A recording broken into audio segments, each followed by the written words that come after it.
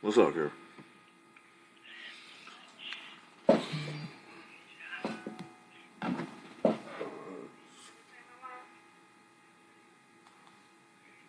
forgot about that phone.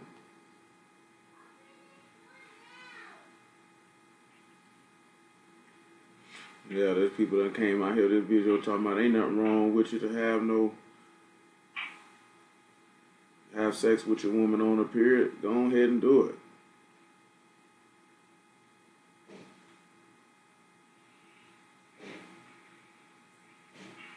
These people shot out. These people ain't got no shame. So go ahead, man. Get on a period. Ain't gonna hurt nobody.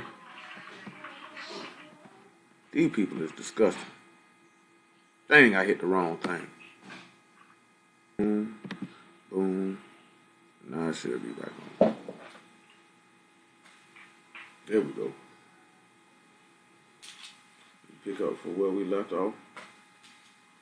And go from there. What is that around your neck, child?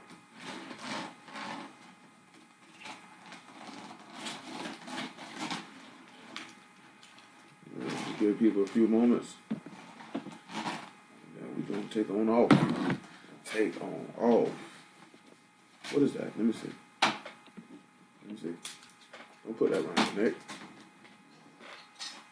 Here you go.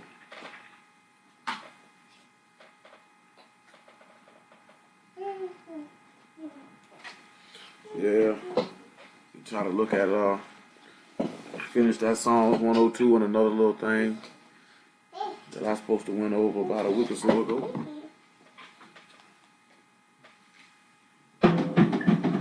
And talk about a few other points from what we looked at on Wednesday about corrupting that covenant. You know, I was looking at these dudes, man. These dudes is hilarious. Man, them dudes' videos is hilarious. That dude, Umar Johnson, that was hilarious. I'm not saying he should have did it, but it was hilarious. That nigga say, speak your speech, nigga. Speak your speech. Oh my goodness. Like, you know what I'm saying? Nigga around there selling out like he on the phone. Then he get a phone call. Like, you know what I'm saying? That stuff better than TV. You know what I'm saying? A Hollywood producer couldn't have put nothing together better than that. You know what I'm saying? These dudes is hilarious. I mean, hilarious. You know what I'm saying? People feed into it, though. I know a lot of people right now who actually follow those dudes and look up to those dudes. I know right now, they probably a little ashamed, you know what I mean? Feel like, you know, dudes is tripping a little bit.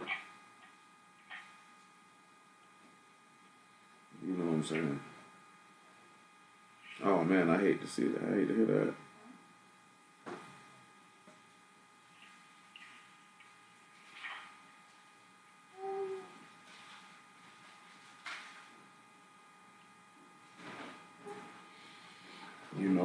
But you know, it is what it is.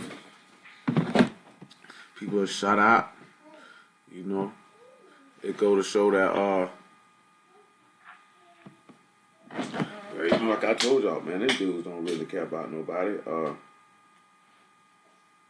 know what I'm saying? They only care about themselves. Dudes sit back and say, I'm the king. I run this. I run this. I am the man.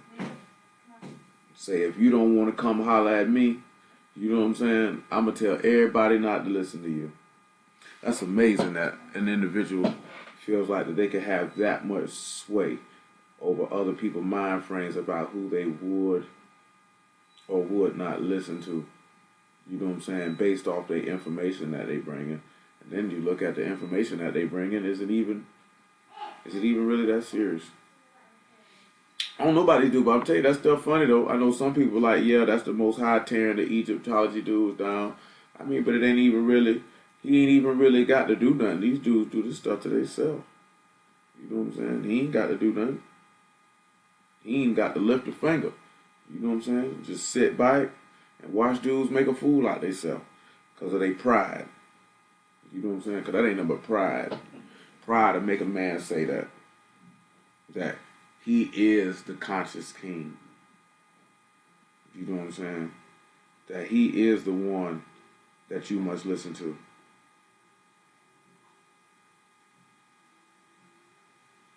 Stuff crazy out here, man, but you know what I mean? What you gonna do? What you gonna do? Just gotta be careful.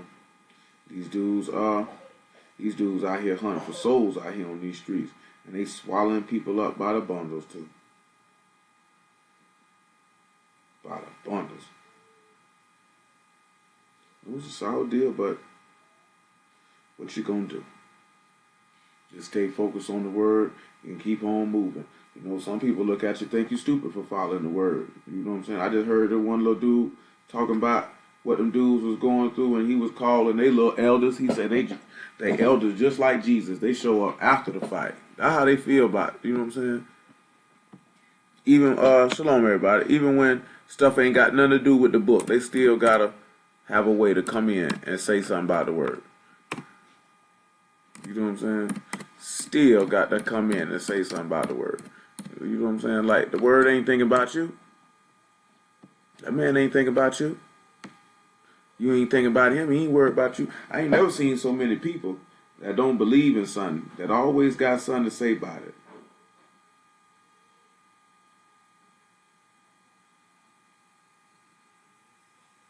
I just don't understand that. You don't believe in it, but you got so much to say about it. I don't see why you would. I just don't see why you would have anything to say about something that you don't believe in.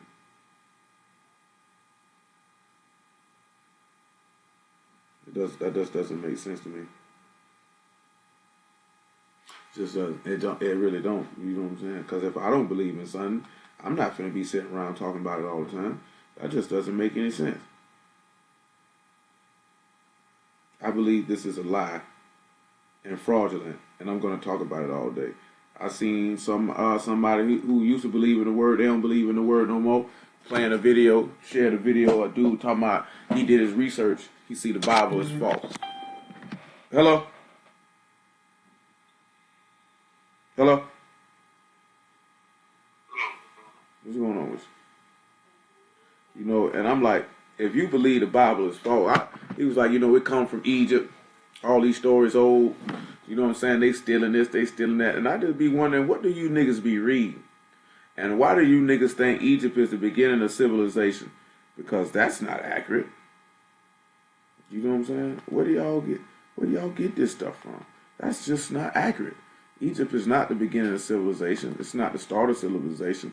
Everything didn't start with them. There were civilizations before them. So then I seen a dude say, well, we know the book false because it's got a flood story, and none of the civilizations who were supposed to be around didn't have a story about them being completely destroyed. And I just wanted to sit back and think to myself, did your stupid behind ever think about how could they write a story about being completely destroyed? If they were completely destroyed, there would be no way for them to write a story. That had to be the dumbest thing ever for a grown man to actually say that out of his mouth. A man who says that he has some modicum of intelligence.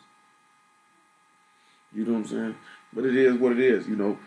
People sit back and they look at you, they feel like if you believe the book that you are actually of lower intelligence. There's a lot of people on this planet that believe that. They believe if you believe the Bible, you believe in fairy tales, and that you can't be a very intelligent person. You know, they spout the same stuff about the book was created to control people, you know what I'm saying? Which is one of the things I tell y'all, that nowhere in this book do you see Yahuwah ever making anyone do anything. It be people who try to force other people to follow the book, because Yahuwah never instructed anyone to ever do that. All he told you to do was to tell them. You know what I'm saying? If he put you in a position to warn them, he didn't tell you that you had to make anyone do anything. That's just not how he operates. You know what I'm saying? So I don't know where they get that from. Then a dude was like, oh yeah, the Bible wasn't created till 325 AD. If you stupid enough to believe that no scriptures existed to the Council of Nicaea, you need to check your brain and what you smoking and what information you're reading from. You know what I'm saying? That you think that there was no scriptures till 325 AD. That is very, very unintelligent. That's a very misinformed statement. Like, where did you get that from? Where did you derive that from? That was dumb. That you're going to think that all the way up until the 4th century, this is when this book magically appeared in the 4th century? Are you serious? You know what I'm saying? Man. Man, oh man, oh man. And dudes go for that and they believe it. And they only believe it for one reason and one reason alone. Because they destined to go to hell. Because they did not have a love for the truth, therefore that they should be damned, because they have a pleasure in unrighteousness. And they would much rather worship false idols, the works of men's hands, and the imagination of men's minds. Do you know what I'm saying? So therefore they have chosen their lot, and therefore they will receive it in fullness and in earnest. And I don't feel sorry for them, and I ain't going to shed no tear for them, because they made their choice. They made their selection. You know what I'm saying? That's the one thing you have to sit back and look at on every corner. And you sit back and you see people like this here, man. If people have made their choice, then you have to let them be. They've made their selection. They made their choice. You know, just because I was having a conversation about this yesterday, I believe. One of the biggest mistakes people always like to do is always like to blame other people for their mistakes or their decisions or their choices. And that's usually someone who will be unsuccessful and continually be unsuccessful, because you are responsible for your own choices. You have to accept the consequences, take responsibility for the consequences of your own actions. Nobody has anything to do with anything that you chose to do. You can't blame nobody for what you did. You know what I'm saying? What you did is what you did because that's what you chose to do. The word tells you that what you do is what you chose to do. You know what I'm saying? Even in this simple fight, dog, even if someone was deceitful towards you, or this, that, and the third, regardless of what you did, even if it was under false pretenses, you still chose to do that. You know what I'm saying? You have to watch people who are like that blame other people for their actions. Because you're not dealing with a mature individual. You're definitely not dealing with a spiritually mature individual. Do you know what I'm saying? Because, okay, I got you, Levi. You know what I'm saying? Like, that's not mature. If you did something, you know what I'm saying, then take responsibility for it. You know what I'm saying? Acknowledge what your mistake was and move forward and correct it. It's all right if you mess up. You just gonna have to sit back and be able to. What in the blue blazes? Oh, there we go. That thing cut off for a second. You know what I'm saying? Like, when you look at David and some other people, like, hey, they accepted responsibility for what they did. You know what I'm saying? They humbled themselves. That man accepted that. You know what I'm saying? He forgave him. Now, you know, I mentioned that to you before. Some people, even when they had him murked, though, you know what I'm saying? Remember now, he say he by no means clears the guilty now. You know what I'm saying? So, don't sit back and think that that's going to absolve you just because you said you're sorry, because you're still going to have to be punished. Because then you wouldn't learn anything from that if you could just say, I was sorry, and then there was an actual retribution for your behavior for you to actually learn not to continue in that pathway of disobedience and transgression. But you have to watch that in people, man. That is not a good sign. You know what I'm saying? That is not a good sign for individuals who don't take responsibility for their actions and blame other people for the things that they do. That is not a good, that is not good. That is not good at all. You know what I'm saying? You don't want to get caught up in that. You don't even want to have that type of thought process. You don't even have that type of mind. You know what I'm saying? That type of mind is not good. You know what I'm saying? And if somebody's sitting back and they blaming somebody else for their behavior, you know what I'm saying? You know what I'm saying? And if you sit back and you really, really blaming somebody else for your behavior, And you can't even sit back and acknowledge what role you may play in your behavior, and that you just can't acknowledge that you did nothing wrong, that ain't somebody you really want to have close dealings with. You know what I'm saying? That stuff will infect you. Now, of course, we know the word says, evil communications corrupt good manners. You know what I'm saying? 48 laws of power goes over that about telling you, even if you just know that in the word, to tell you, you know what I'm saying, don't be around miserable people. Don't be around certain type of people. That stuff will infect you. You know what I'm saying? Books say be around wise men. Well, say be around wise men and you'll be wiser. You be around sinners, you'll be a sinner. You be around immature people, you'll probably be immature. You know what I'm saying? You be around spiritual people, you'll probably be spiritual. If you're around entrepreneurs, you'll probably become one. If you're around successful people, you'll probably become one. You're going to usually become what your company is. You know what I'm saying? Because that's how I was raised. I wasn't raised to blame other people for what I did. You know what I'm saying? You know what you did. You know what you did. You know what I'm saying? You know what you did. When we looked at Yasharal, you look at our people, man, we always wanted to point to other nations. We wanted to be like them and try to pass the buck on somebody else for what you did. It was always somebody. It's always somebody else. It's always somebody else. It's never you. You're never the problem. You know what I'm saying? You have to sit back and look at it. The problem starts with you. The only way to actually effectively resolve and solve a problem is you to have to look at what you contributed to it. Most people don't ever want to look at what they possibly could contribute to a problem, because a lot of people have a narcissistic view of themselves. They feel like that they're above the fray and that they can do no wrong and that everybody else is wrong. And that's a dangerous individual. Definitely not someone you would want to have real close interactions with, because 9 times out of 10 they're going to transfer their nonsense upon you. You know what I'm saying? People who don't like to take responsibility for their actions usually like to play the victim. Usually can take situations where they did wrong and make you think that you wrong. You know what I'm saying? Spin the whole play around.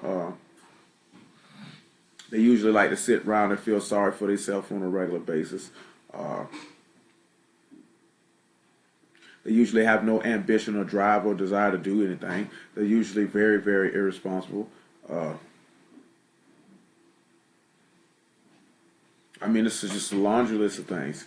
You know what I'm saying? Things that you don't necessarily want to be around. And the whole key thing of why individuals like that, because it's just easier to stay that way for them versus to change it, to do something about it. The last couple times we've been going through the Word, looking at becoming a son, and every time we've been talking about it, it's been talking about how you have to die in order to live. And this is the thing that nobody want to do. Like, we like to talk about how the man says,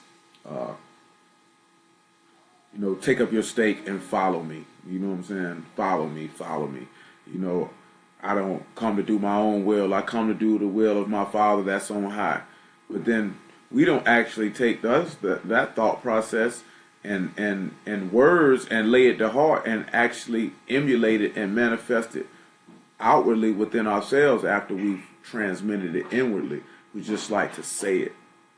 You know what I'm saying? Because you get in situations where, are you really doing His will, or are you doing your own will, and you're trying to pass it off as if you're doing His will?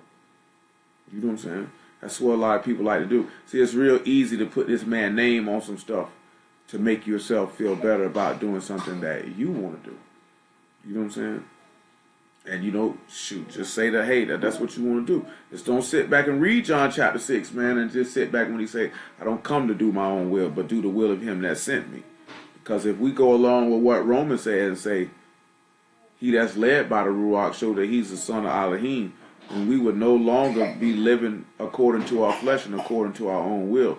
We would be living according to the will of Elohim on high.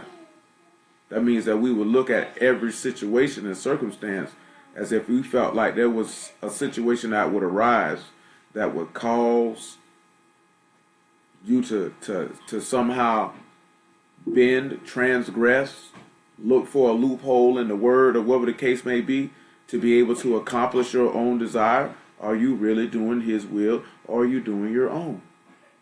You know what I'm saying? See, we mentioned last week about being a servant, that putting someone before yourself. Well, the master put us before himself. And him doing that is basically because he put the Father before himself. Because it was the Father's will for him to accomplish this. You know what I'm saying? Even still, the Father put his Son and his people before himself because his own law says that he ought to have exterminated all of us completely and started all over again. But instead, through the manifold mercies that he possesses and the love that he has, he put us before that and devised a plan in order to redeem us in order that he would not have to do that. You know what I'm saying? So then then he's manifested his Son, and his Son says, I will put y'all before my own fleshly desire and lay my life down, and all we have to turn around is do the same and then be servants to one another. All of these things are just a manifestation of dying to self and no longer being selfish and no longer thinking about what I want and how can I get what I want when I want it. You know what I'm saying? But actually setting something before yourself. This is the reason why, you know what I'm saying? A lot of people can't make it. I just heard a brother say something today, man, and this was real talk. You know what I'm saying? Brother was like this here. And I done told y'all this right here, man. I be in, you know what I'm saying? I be in public, man. I don't say nothing to people about what they believe in. I'm not gonna go off on people about what they believe in. If they bring it up, we can have a civil discourse. We can definitely have a conversation. You know what I'm saying? I'm not gonna beat them across their head because they celebrating Christmas or they celebrating, you know, the festival of Janus, which they about to get ready to celebrate in about 24 hours, 48 hours, whatever the case may be, however long it is. You know what I'm saying? Because when you sitting back and you looking at this is what these people do, and you getting aggravated because of what they doing. Now, of course, it should vex your spirit that these people, you know, do certain things, but then it's where that long suffering come in at. Like I told y'all Wednesday, it's like you have to remember there was a time period you didn't know that you were celebrating Janus or celebrating Saturnalia or celebrating what's this thing at home name? What's her name, Lil Muffin? You remember her name, Lil Muffin? You don't remember her name? All you want to do is suck on your thumb and play with your ear. Come on, buddy. You don't remember her name? What's her name? Oh, the Queen of Heaven, Astaroth. You didn't know you were celebrating Astaroth. You know what I'm saying?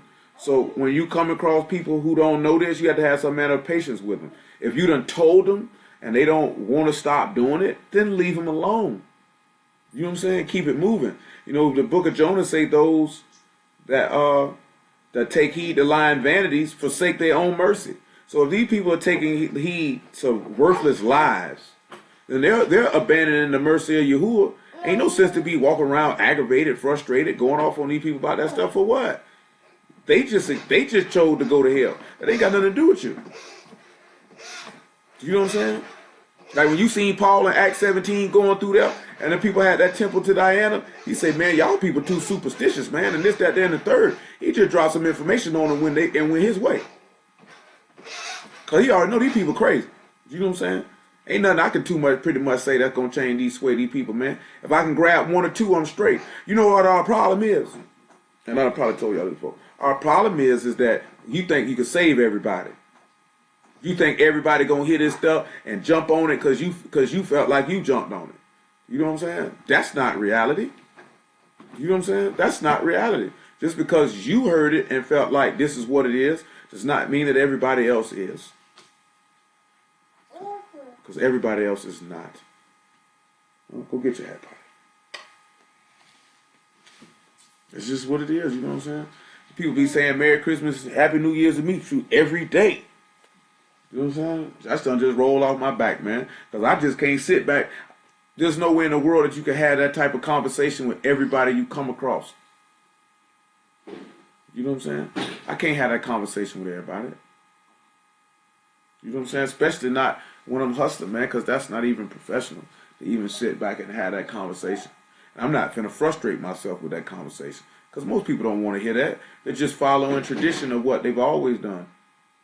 You know what I'm saying? It's quote-unquote New Year's. I'm going to say Happy New Year's. It's Christmas. I'm going to say Merry Christmas. You know what I'm saying? That's what people do. No. But all right, y'all. We finna get ready to go ahead and pray. Get this show on the road. Those things got this little hat on. The little hat that you for you.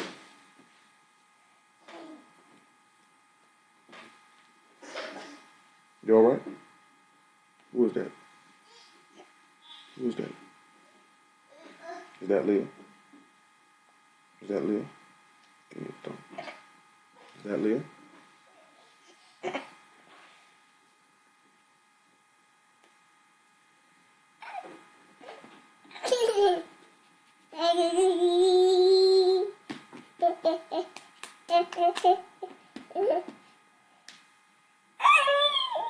All right, y'all.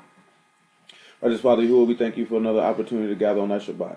We thank that for the righteousness and the mercies which you have shown through the faith in our Son, Yahushua HaMashiach. We ask you to guide this people, the whole house of Yasharal, to the Yahudim first, and also to the heathen, all those that serve thee, in Ruach and in truth. Let thy mercy sustain them and thy righteousness guide them. Remember all the synagogues and assemblies that sit back to gather together on that Kadesh Shabbat. Visit all of them with the word, a pure word, an upright word, that the people might be cleansed in the inward part, that they might be transformed in their minds, that they may continue to offer themselves as a living sacrifice. Remember all the Kadesh apostles and prophets that paid the way of faith and sent laborers into thy harvest, for the harvest is plentiful, but the laborers are few. That the word which you covenanted with our fathers Abraham, Isaac, and Jacob might be rendered unto us, that we might become the seed of Abraham through the righteousness which is of faith. Strengthen us in the inward man, and quicken our souls according to thy word. Let us not seek our own will in our own way, but let us stand upon the truth, the amat, the faith, the faithfulness and firmness of thy word, that we might trust in our promises and to hope in them, that we might seek them with the whole heart and seek them earnestly until we receive the end of our faith, which is the salvation of our souls. And we send the firstborn individually and collectively, the love of Hamashiach dwell in our hearts by faith. Guide us according to truth and righteousness, and let that word reign upon us. Let us all be counted worthy to receive the Ruach HaKodesh, that we might be transformed on that last day, that our vile body might be changed into that esteemed body of thy Son, Yahushua HaMashiach, at his coming, that we might be found of him in shalom, that we might reign with him, that we might receive a crown and palms in our hands and a white robe, which is the fine linen, which is the righteousness of the Kadeshim, that we might behold thy face to sing praises to thee continually. Father, we receive further, we ask thee for a word from on high, word of truth and righteousness to come to us, that we may know him that is true, that we are in him that is true, even our Son Yahushua HaMashiach. This is a true Elohim and eternal life. Father, we give praise, esteem, and honor to the Most High Yahuwah by Hashem Yahushua this day. So be it. All right, Potty. All right, little man. All right, little man. All right, little man. All right, little man. You finna go? You got Hot Wheels on your shirt? Thank you, man. You got Hot Wheels on your shirt? You got Hot Wheels on your shirt? And on your pants? All right, John 5:39, everybody. And after that, Job chapter 7.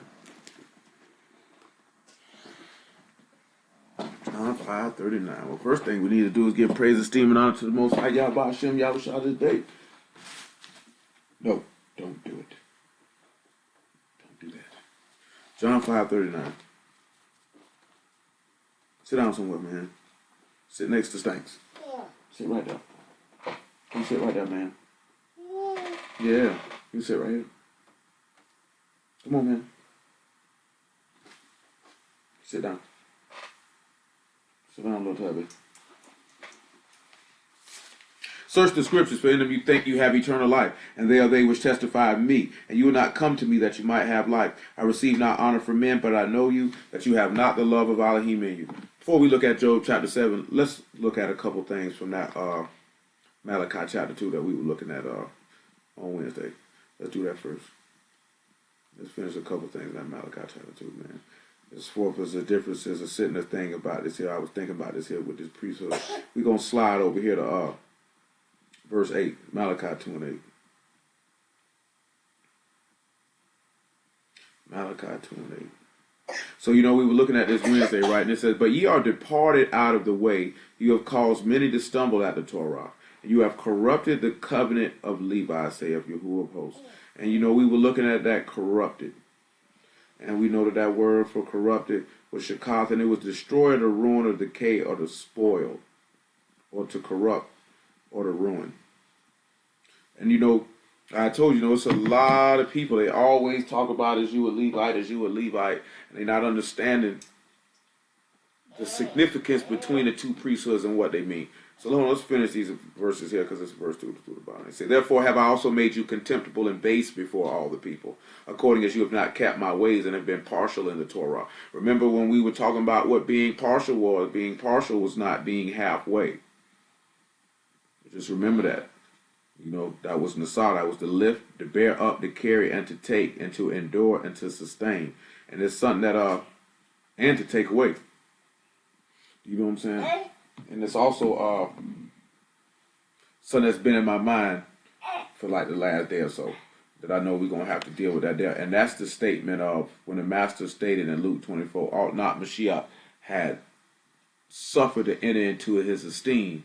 And then a statement that Paul made in his epistle to the Philippians that he wanted to be conformed to his sufferings and be a partaker of his sufferings. And you who are willing, that'll be coming down the pipe as we were actually looking at and see how it's written that he had to suffer to enter into his esteem, and that we would have to take on these same attributes when we put him on. See, when we turn around and we seek to put this man on, then you actually have to put on everything that he endured and that he did. That's why he tells you to take up his stake and follow him. Take up your stake and follow him, which is the same thing that that's saying here. Hello? Hello? So when you're looking at that, you have to understand that you have to take up the sufferings of Mashiach, not your sufferings, but his sufferings. And remembering what he told you when he was speaking to Paul in 2 Corinthians chapter 12, that his favor is made perfect in weakness, because in his weakness he was made strong. And that through these sufferings that we can be made strong, because that is when you will be humbled, and that is when you will learn to lean on your Elohim instead of leaning on yourself. And that is when you can actually manifest the statement that the Master made in John chapter 6, that I don't seek to do my own will, but the will of him that sent me. As long as you feel like you're in a position of strength, then you're going to lean on yourself, and you're not going to lean on him. You know what I'm saying? You're not going to do it. And when you get put in a position of weakness, you're going to have to lean on him. So I'll put it this way. If you get put in a position of weakness, it's only one or two things that you're going to do. You're either going to fold or you're going to lean on him. That's all you're going to do. There's no in-between on that. If you get put in a position of weakness, you're going to fold or you're going to lean on him. Hello? Yeah, yes, sir. What's going on, bro? That's it. You know what I'm saying? I can't really, there's no other way. There's no gray area on that. It's black or white. When you look at when the Master was put in a position of weakness to where he felt like, hey, man, I don't want to die. If you could let this cup pass, he could have folded and ran from the situation, or he could have leaned on his Elohim. And he chose to lean on his Elohim. And therefore, he received a name above all names. That at his name, at the name of Yahushua, every tongue is going to confess and every knee is going to bow. So if you get put in that same position to where you are a spiritually weak point, and that you can either fold or lean on him. If you follow in your master's footsteps by taking on his sufferings and enduring them the same way that he did, then you're going to get the same thing that he got. You know what I'm saying? See, that's what nobody wants to talk about and nobody wants to impart. That's what we actually have to do. Because everybody's going to get put in a position where you're going to be spiritually weak, you're going to be destitute of strength, you're going to feel like you have no hope in the world, and what are you going to do? Are you going to fold, or are you going to lean on him? Because there ain't no other thing you can do on that. I want y'all to sit back and realize that before I read this next verse in this Malachi chapter 2, so I get to the key point, what we come here for. But I need to make sure that y'all understand this fully. You need to look at every time you read Matthew 26, you know what I'm saying? Every time you read Mark chapter 14, or Luke 22, or John 17, or John 18, you have to realize that this man was put in a position where he was either going to sink or swim, barbecue or mildew. He was going to do one or the other. He was going to fold, or he was going to lean on his Elohim. And you have to sit back and you have to look at what he chose to do. If you actually want to become this man, then you have to look at what this man did in the situation, because there was no law there. There was no law there in that situation. It wasn't no thou shalt not kill was going to get him out of this. There was no thou shalt not murder that was going to get him. Thou shalt not steal, or put some fringes on the border of your garments, or Don't eat these animals, it's an abomination. Or it wasn't nothing to do with no manner of knowledge of scripture that he possessed. It was all about, I'm in a weakened state. To whom will I look? To whom will I look? And he looked to his father in Shamahin. That's where he cast his eyes to. That's where he looked. That's where he set his hope at. You know what I'm saying? They say, all right now I'm in a real weakened state. I really don't want to experience this, but I know what he promised me. And if I endure this, I know what I will receive. You know what I'm saying? Because it's real easy to fold. Does it, you know what I'm saying? It shows a lot about your character at that point. When you get in a position where you could have endured and stood strong and you folded. You know what I'm saying? Versus when you're in a position of weakness and you stood firm and went through it. It just shows your mental makeup that you possess at that particular time. And you have to always realize that you may not get another shot to actually be put in a situation where you might go through that. Like when you look at your ancestors in the wilderness, they were tried like that repeatedly. Who's to say he will try you like that repeatedly? Because that's what he did to the people as a whole, not to necessarily to individuals. I see, and I'm mentioning it because I'm mentioning that situation because I steady see brothers say, oh, when we get to the wilderness, what you going to do when you find out you're not going to no wilderness, though? You know what I'm saying? What you going to do then? This man's not finna be coming through here trying you again with no word, teaching you the word. You have to realize when they went in the wilderness, they didn't know no word. So he had to take them through there to teach it to them.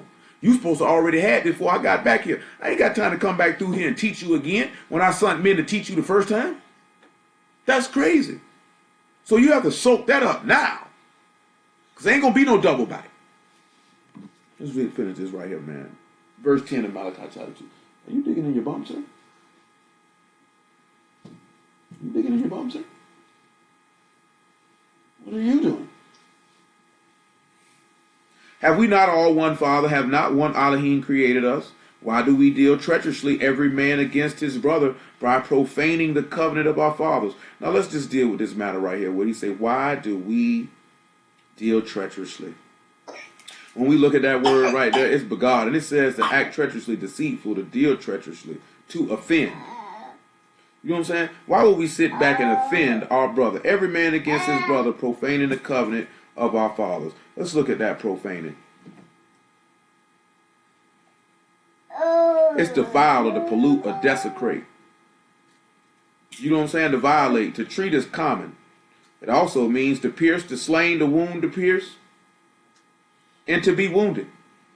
So let's sit back and look at that, what that means if it says to sit back and oppress. But before we do that, let's look at 1 Thessalonians chapter 4. That's one of the biggest problems with our people is we love to offend and treat the covenant of our fathers as common. We're going to sit back and look at that. They treated the covenant of our fathers as common. Matter of fact, I got something in my head that I was looking at earlier and it's going to go right along with that. Praise the Lamb. Hallelujah for Yahushua. What you doing, boy? You trying to escape? You trying to make a break for it? Ain't no snacks out there, man. It's cold out there, man. I promise it is. 1 Thessalonians chapter 4. Verse 6. What you do with Lizzie? You do Lizzie outside? What you do with Lizzie? She's in the bed. You want to go get in the bed? No? You not sleepy? I bet you not. 1 Thessalonians 4 and 6. That no man go beyond and defraud his brother in any matter, because that Yahuwah is the avenger of all such, as we have also forewarned and testified you. For Elohim have not called us unto uncleanness, but unto Kadesh. He therefore that despise not man, but Elohim, who have given unto us his Ruach HaKadosh. You have to always remember that.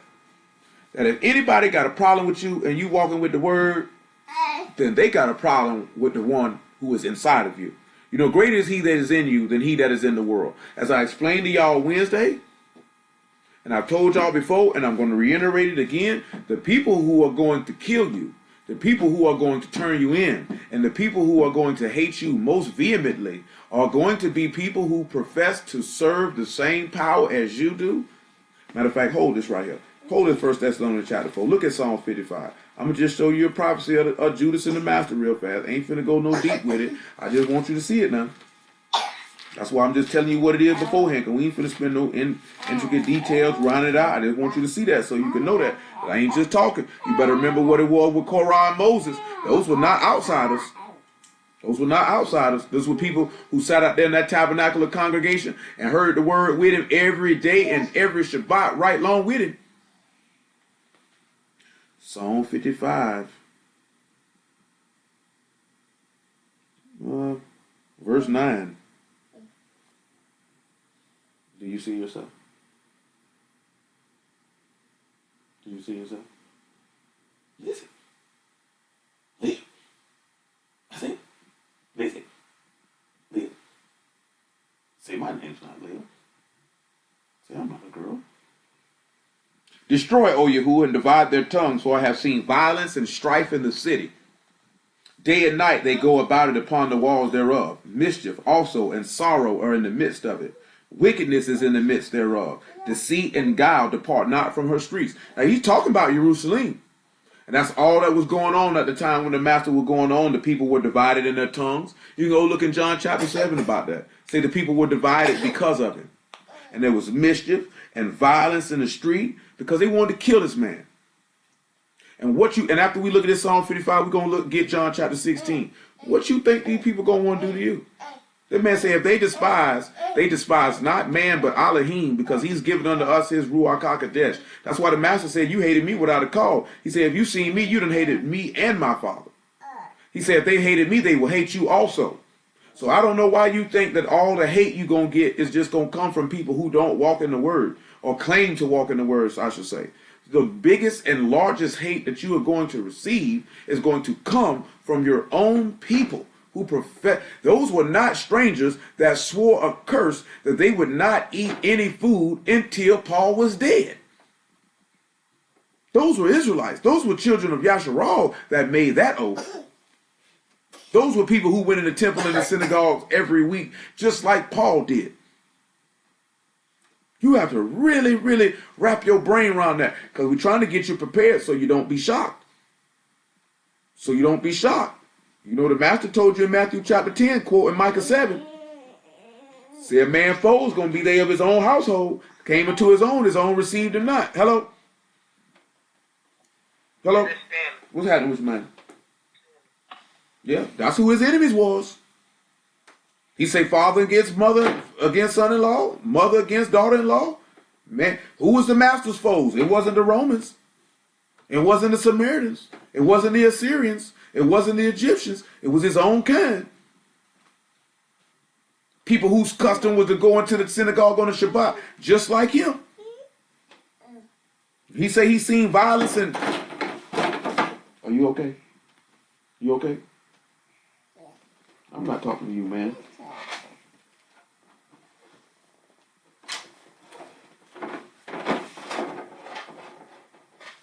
That man sit back and say he see violence and strife in the city.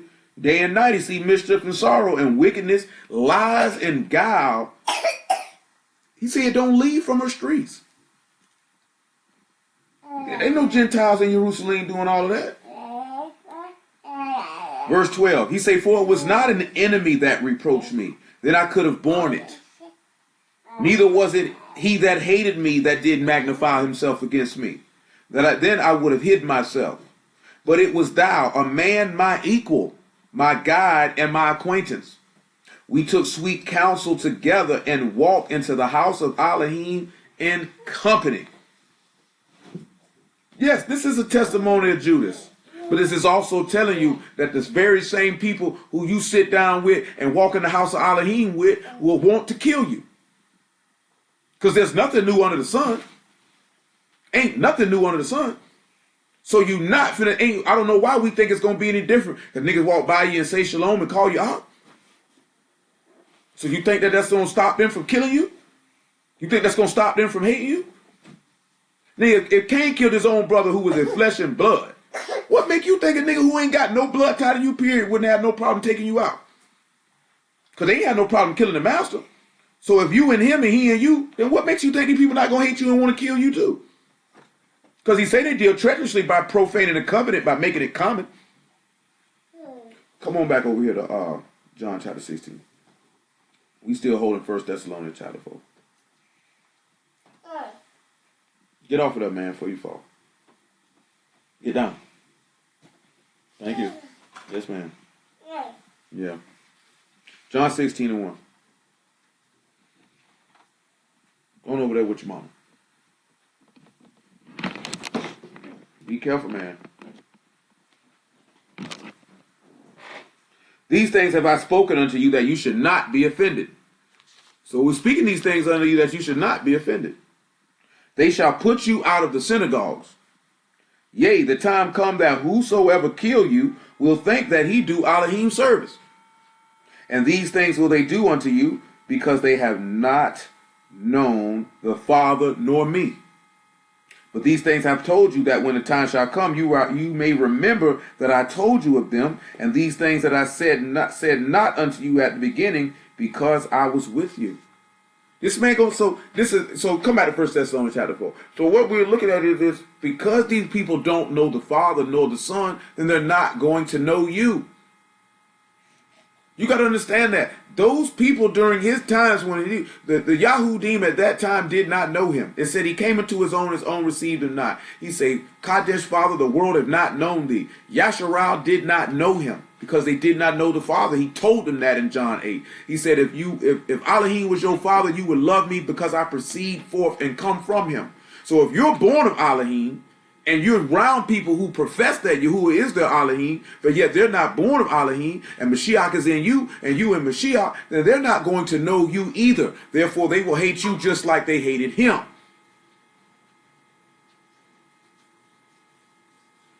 And they will profane the covenant of their fathers, because they're going to make common he that is in you, just like they did that to him.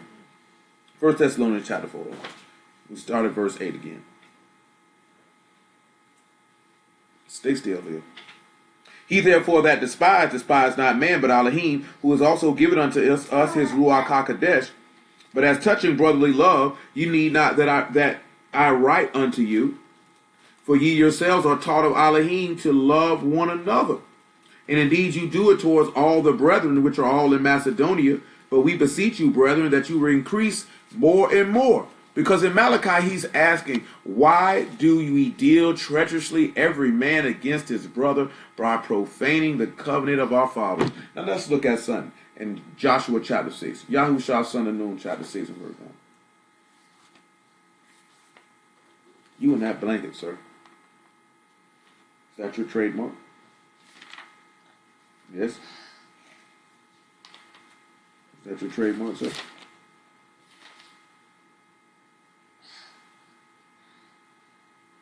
Joshua chapter 6 and verse 1. Now Jericho was straitly shut up because of the children of Yasharal. None went out, and none came in. And Yahuwah said unto Yahushua, see, I have given into thine hand Jericho, and the king thereof, and the mighty men of valor. You shall compass the city, all ye men of war, and go round about the city once, and thus shalt thou do 6 days. And the priest shall bear before the ark 7 trumpets of ram's horn, and in the 7th day you shall compass the city 7 times, and the priest shall blow the trumpets. It shall come to pass, when they make a long blast with the ram's horn, when you hear the sound of the trumpet, the people shall shout with a great shout, and the wall of the city shall fall down flat, and the people shall ascend up, every man straight before him. Yahushua the son of Nun called the priests, and said unto them, take up the ark of the covenant, and let 7 priests bear 7 trumpets of ram's horns before the ark of Yahuwah. Now I read all the way down to this part where he told them to take up the ark. It said the priests. The key thing what we're looking at here is he said that all the men of war should compass the city round about. Everybody that's a man of war should surround this city. And then he said you should take this ark and you should lift it up. When we look at what that word is for this ark to take up, it's the same word that we're going to see in Malachi chapter 2. And hold on one second. Here we go. And that's that word Nasah. And that is to lift up, to bear, to carry, to support, to sustain, or to take away, to lift oneself up or exalt. And he's telling them to take that ark of the covenant and lift it up. Now we talked about this on Wednesday about how they took that Ark of the Covenant, because we're going to have to sit back and show you something, right? Just on general principles so you know this. Look at Jeremiah chapter 16, verse 15. I know I might have went over y'all with this before. But you got dudes that say, they looking for the Ark of the Covenant. Why would they be looking for the Ark of the Covenant? I don't know. You know what I'm saying? But it was a long while ago. I don't believe it's on tape or nothing. But we went over that. The Ark of the Covenant will be no more. You won't mention it. You won't see it. And Mashiach is the Ark of the Covenant. Make sure I got the right spot.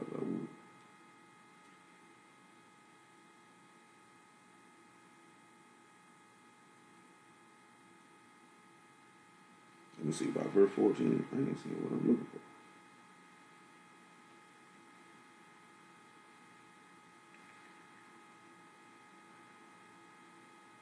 That is not what I'm looking for.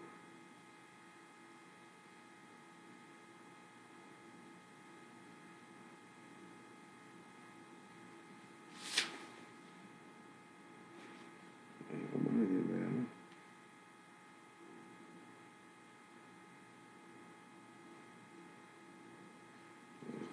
Jeremiah 16. I don't know exactly what it say though. Got my verses, got my chapter wrong.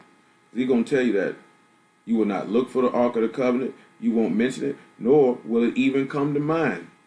And there's a reason for that. Because we're gonna sit back and show you how Mashiach is that covenant, how they profaned that covenant by violence, by making him common and treated him as if he was not the son of the living Elohim, nor your Savior. My fault, everybody. This is Jeremiah chapter 3.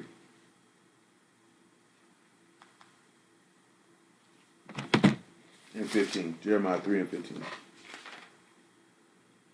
What are you doing? 3 and 16. It shall come to pass when you be multiplied and increased in the land of those days, saith Yahuwah, they shall no more say no more the Ark of the Covenant of Yahuwah. Neither shall it come to mind, neither shall they remember it, neither shall they visit it, neither shall that be done any more.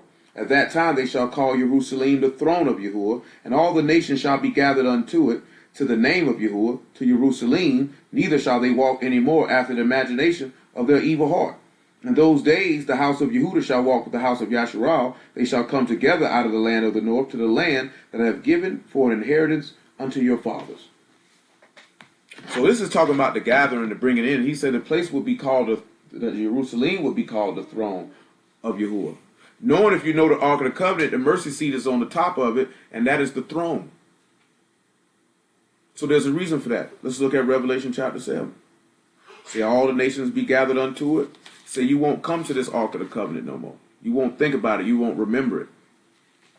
It won't even come to mind. It's not even going to be a thought for you. There'll be no need for it. This is why we sitting back looking at, you look at, okay, he takes up the Ark of the Covenant. Yahushua takes up and lifts up the Ark of the Covenant in Yahushua chapter 6. And then he says, hey, do this right here and it's going to fall. But remember, he said this same city will be compassed around by men of war. You look at Matthew 26, you see the men coming with staves and swords and stakes, coming out at him as he was a thief. They were surrounding him as if men of war to battle this man. Revelation chapter 7 and verse 9. The reason why I mention this here because people will come out against you as if to battle you and to fight you and to do evil unto you. And for what? For no other reason, because you stand with your Elohim and you hold to the word and you trust to the word. You know, as hard as that sounds, man, what we read in Psalm 55, that's the reality. If it happened to the master, it will happen to you. So the servant is not above his master. So everything that happened to the master is going to happen to the servant. So you have to keep that in mind. That's why he sat back and said in the parable of the sower that, you know, when persecution and tribulation arise because of the word, by and by people are offended. Because they come up and they look at that. I didn't want to take that on. I didn't want to suffer that. I didn't want to endure that. He said, and this I beheld, this is Revelation 79, lo, a great multitude which no man could number, of all nations and kindreds and peoples and tongues, stood before the throne and before the Lamb, clothed with white robes and palms in their hands. And there was a cry with a loud voice saying, salvation to our Elohim, which sit upon the throne, and unto the Lamb. And all the Malachim stood round about the throne and about the elders and the four beasts, and fell before the throne on their faces and worshipped Elohim. Now remember, we're looking at that they profaned the covenant of your fathers. And that if they lifted up the covenant before taking down Jericho, then you're looking at lifting up the Son, or lifting up he that would sit upon the throne. See, let's look at Psalms 132 and 14, just so you could know that a man coming out to see Dawood would sit upon the throne. And then we'll look at Luke chapter 1 to verify that.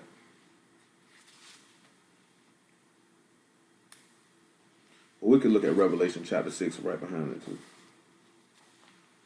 Are you going to help turn the pages? You want to help turn the pages? Psalms 132, verse 10. Psalms 132 and 10. For thy servant Dawood's sake, turn not away thy face of thine anointed. Yahuwah hath sworn in truth unto Dawood, he will not turn from it. Of the fruit of thy body will I set upon my throne. If thy children will keep my covenant and my testimony that I shall teach them, their children shall also sit upon thy throne forevermore. Listen what he said. If thy children will keep my covenant and my testimonies that I shall teach them, their children also shall sit upon thy throne forevermore. Now you have to remember something. The master made promises about sitting upon a throne. He also said that we must be able to sit in his right hand. He said, if your children or your pride. Now, you know, he's speaking to David, saying, out of the fruit of thy loins. And then he said, your children will sit upon my throne if they keep these covenants, my covenant and my testimonies that I shall teach them. And that should bring you into the mind of what the master stated in John chapter 12, that my Father gave me a commandment, what I should say and what I should speak. Stop. And he said that I know that his commandment is life everlasting. And this is why he was able to sit upon this throne. Let's look at Luke chapter 1 about verse 33. So we have to sit back and look at it, is that we should all want to sit upon this throne as well. Because remember, we're looking at, he says, when this Malachi chapter 2, he mentions the tribe of Yehudah specifically. In verse 11, that Yehudah have dealt treacherously, and abominations committed in Yasharah and in Jerusalem. For Yehudah have profaned the Kadeshness of Yahuwah, which he loved, and have married the daughter of a strange god. You know what I'm saying? And that's what we turned around and did, is we profaned his Kadeshness, or his set apartness. We made the master common. And this is how people will treat us. Luke chapter 1, verse 33.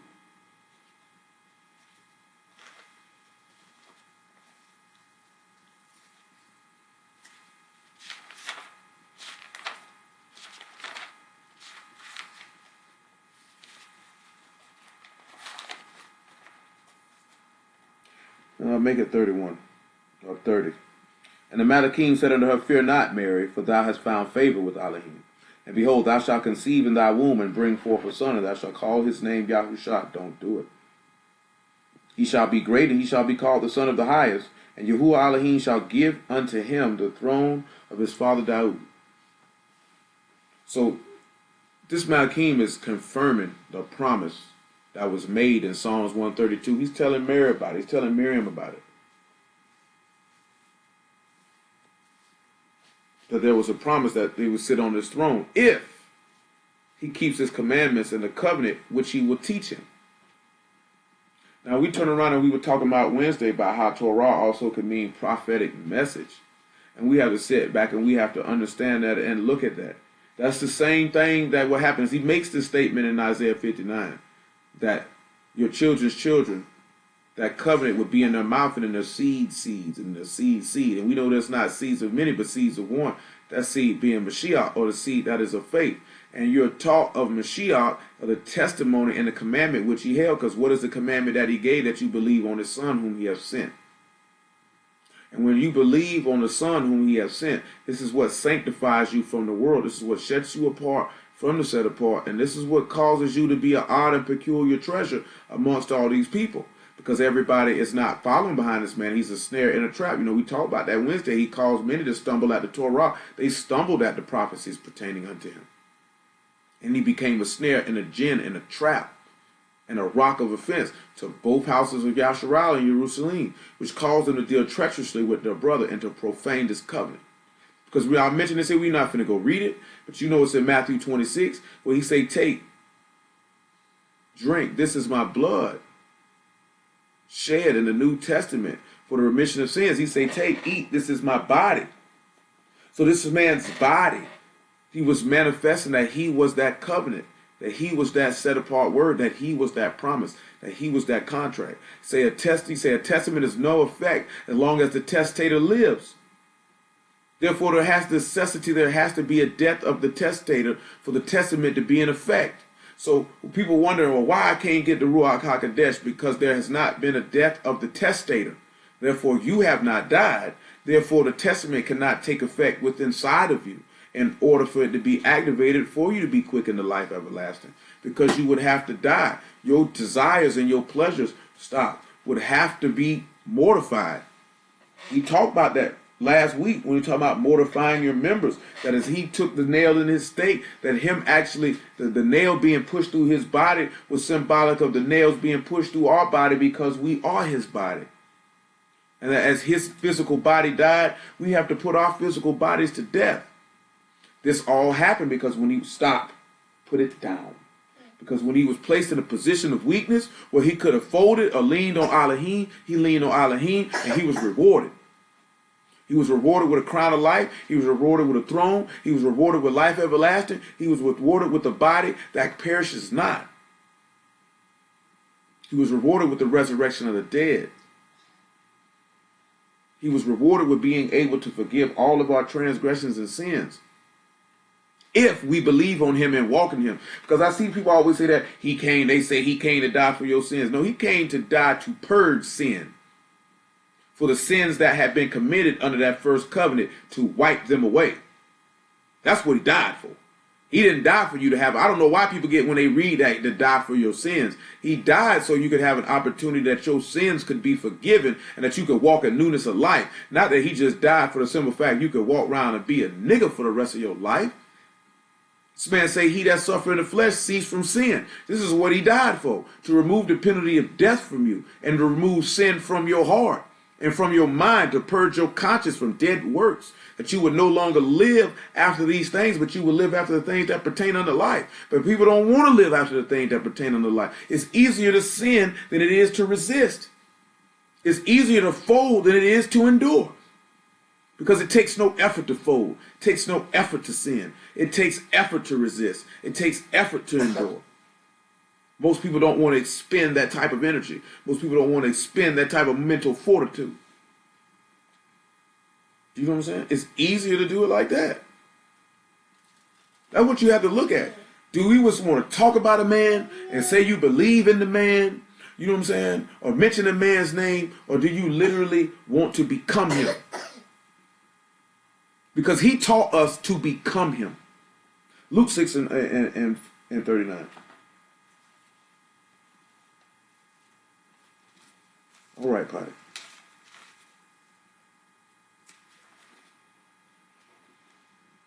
Luke 6 and 39.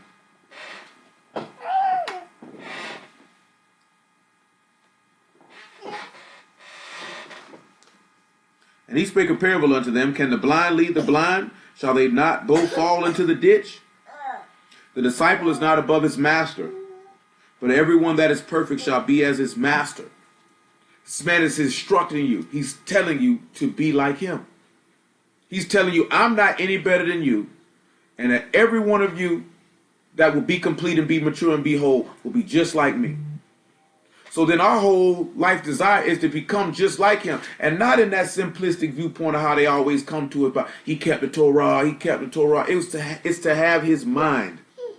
It's to have his faith. It's to have his hope. It's to rely on the strength that he possessed. We say Philippians 4 and 13, I can do all things through Mashiach that strengthen me. But do we actually believe it? Do we actually look at the examples of, say, Samson and David and Jeremiah and Mordecai and Esther and all those people who leaned when they were in tight situations, that leaned on him instead of leaning on themselves? Put that back. Put it back. Come on back to Malachi chapter 2.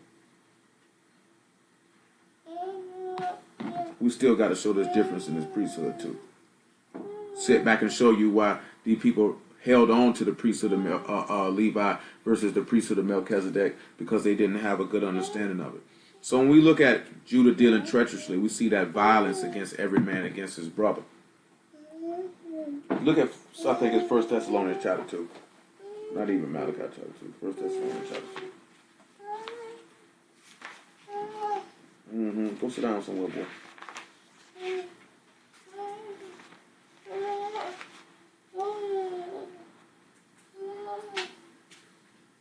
No, it's 2 Thessalonians chapter 2.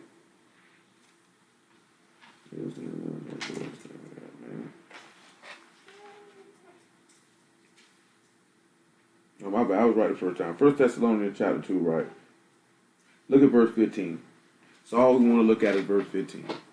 Sit back and look at it and understand what they're talking about in verse 15.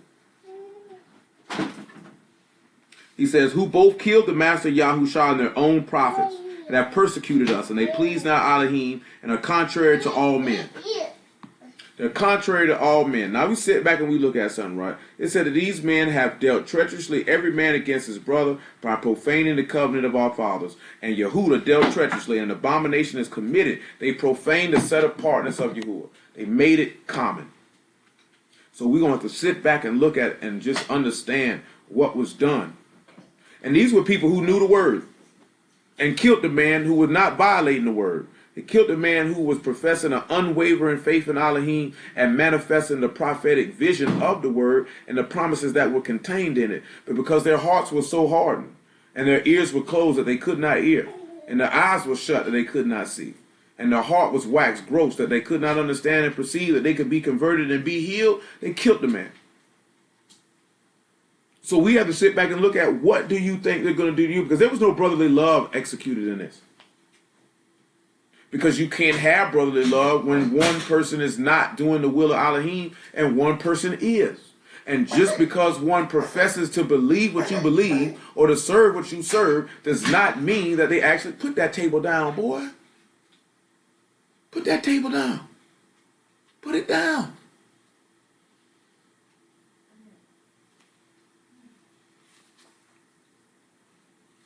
Now, when you pinch yourself and get stuck, I don't want to hear no crying.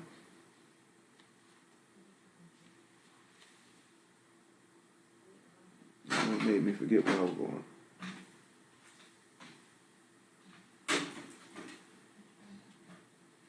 Matthew chapter 10, verse 34. Night, night.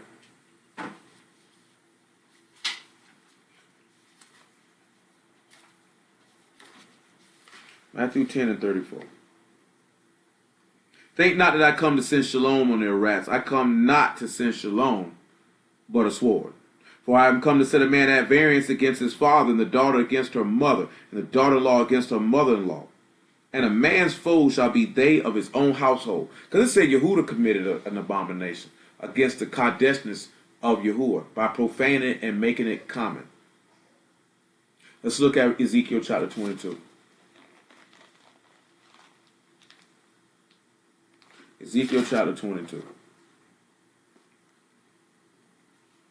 Ezekiel chapter 22.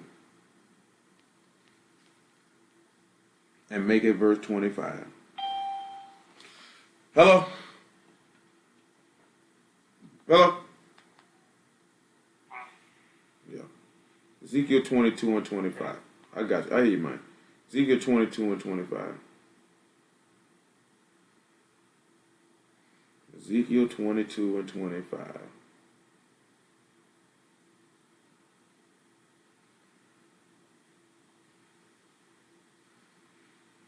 Ezekiel 22 and 25.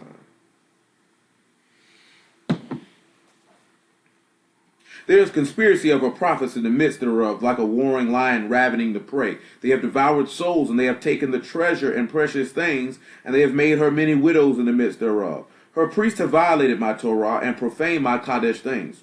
They have put no difference between the Kadesh and profane, neither have they showed difference between the unclean and the clean, and have hid their eyes from my Shabbats, and I am profaned among them. So remember now, the master is our rest. He's literally Shabbat. He said they made that common because they killed it. They didn't make a difference between what was set apart and what wasn't set apart. They didn't make a difference between what was clean and what was not clean. And we're going to look at that in a minute in Matthew chapter 7 to see why. Because they couldn't make that distinction. They couldn't be able to distinguish that. And this is why you're seeing what you're seeing right now. There is nothing new under the sun. I'm trying to tell y'all something, man. Whether you catch it or not, it's up to you. Knowing that we are the children of Yasharal is a blessing and a curse depending on the individual. It's only a blessing if you actually have an earnest desire to actually encapsulate the word inside of you and have your soul saved. It's a curse because that's all that most are caught up on. And when I say that encompasses everything. Quote unquote Hebraic culture, all of these things that everybody get caught up on this, and they miss the whole entire point of the book, which is the salvation of your soul. The salvation of your soul through the faith and favor of one man. Because why one man, death and sin came into the world, and by the obedience of one man, life and the resurrection of the dead came into the world. And that is not what seems to be the focus. You know what I'm saying? The focus is not on becoming Elohim, because that's what we suppose. That is one of the number one reasons what this man came for. Is to turn you into a son of Elohim, which is to make you Elohim, to make you God. That's why them people turn around when he said, I and my Father are one. They say, we stone you. You being a man, making yourself Elohim. This man says, is it not written in your law, ye are Elohim? He was sitting there telling me, is it not prophesied in the law, in the Torah, in the instructions, that we would become God? Does it not say that?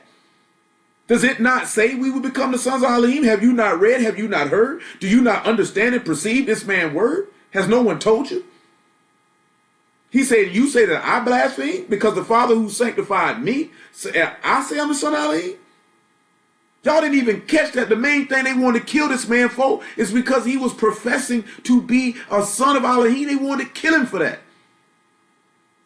You barely ever see anybody amongst our people right now literally professing to be sons of Elohim because they know that they would be proven to be a liar. All they want to be is sons of Jacob. We the children of Israel. That's all they want to be. They don't want to be sons of Elohim. What's being a son of Jacob going to do for you? You still carnal, nigga.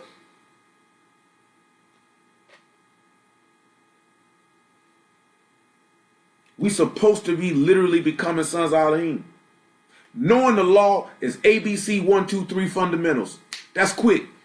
Then you're supposed to be taking this law and seeing the prophetic message in it, which is the salvation of your souls, which is the faith that is encapsulated in the name of one man who is able to redeem you from death and forgive your sins. And people want to take it as it's a fairy tale and a fantasy and all that type of stuff because they lack understanding. So if you have understanding and you're getting fed understanding, then you have to take that understanding and allow it to do its work, which is to save your soul alive and not just take it as having some information. I said this about a month or so ago. You don't want to die you don't want to die and go to hell knowing something. At least not knowing the word. If you know it, then become it. Once you become it, there's no destruction after that. No one can take that away from you. If that man is inside of you and you inside of him, no one can take that away from you. You know what I'm saying? We allow all these distractions and all these other things, man, and we're not getting what's ours. He says your Father's good pleasure to give you the kingdom. It is your Abba, Yahuwah, and Shamahin's desire to give you the Ruach HaKodesh. That's what he want to do. He said he had no pleasure in the death of him that died, but yet you should save your soul and live. His desire is to give that gift to you. What father don't like to give gifts to his children? But I'm not going to give gifts to my children if they don't know how to appreciate it and value it. I'm not going to give it to you. You sit back. I put it to you this way, right? Certain people come in people's life and they lose them. And sometimes people wonder why people come in your life and they leave. Because sometimes you will realize, shows you that certain people did not appreciate and value the gift, which was you, that he was giving this person. You know what I'm saying? It don't necessarily got to be no romantic relationship. It could be a friend. You know what I'm saying? You didn't appreciate and value what I put in your face. Therefore, I'll take it from you. And then you'll be left without it. And you won't be able to fill that void. That's how you should be feeling if you sit back and you realize that if you don't put this man inside of you, then he's going to take that from you. Like he told him that in the book of Revelation, if you don't repent and turn, I'll put your candlestick out. I'll put it out. Because clearly you don't appreciate and value the gift that I am giving unto you. See, the word is a gift. When you could get it with understanding, that's a gift. It's a gift that it can only come from the Father on high. We'll look at that in just a moment. Let me finish reading this here. Did I finish reading this here? Look at James chapter 1. And then I'll deal with that point. The word is a gift now when it comes with understanding. It's a gift. It comes from on high. All gifts come from on high. And everybody know when you get a gift from somebody, ain't nothing you even had to do to earn that gift. You getting that because the person love you or they care about you or they want to show some manner of appreciation or value that you have towards them. Well, in the Father's case, him giving us these gifts is for us to know that he loves us. That we would turn around and appreciate and value us, knowing that everybody done got a gift from somebody in their lifetime where they know I didn't really deserve what this person just gave to me. I really appreciate what this person just gave to me. So then you want to reciprocate that back to show that appreciation back to this person for doing something for you that they did not have to do. You know what I'm saying? And you know that they didn't have to do it, and you know that you were not worthy of what they did for you based on your behavior or your actions at the time.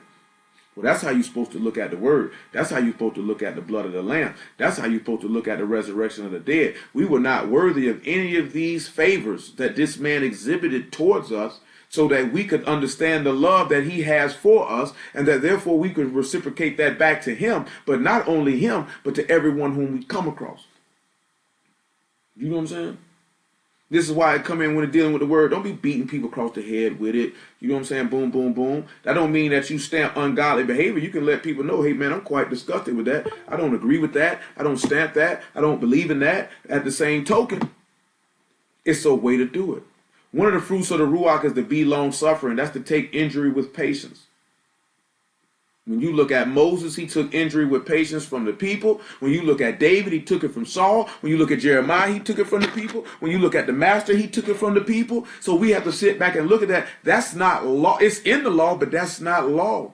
That's the attributes of your Elohim. That's a part of becoming Elohim. Can you have that level of patience with people when they're doing you wrong and still be merciful and kind to them at the same time? Can you do that? Do you have that ability?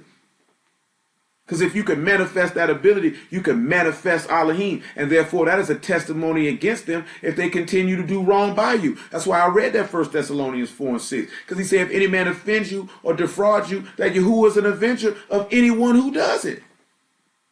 As we'll sit back and look at that Yahuwah is going to be avenger of the master when they profaned him and dealt treacherously with him. He will avenge this man.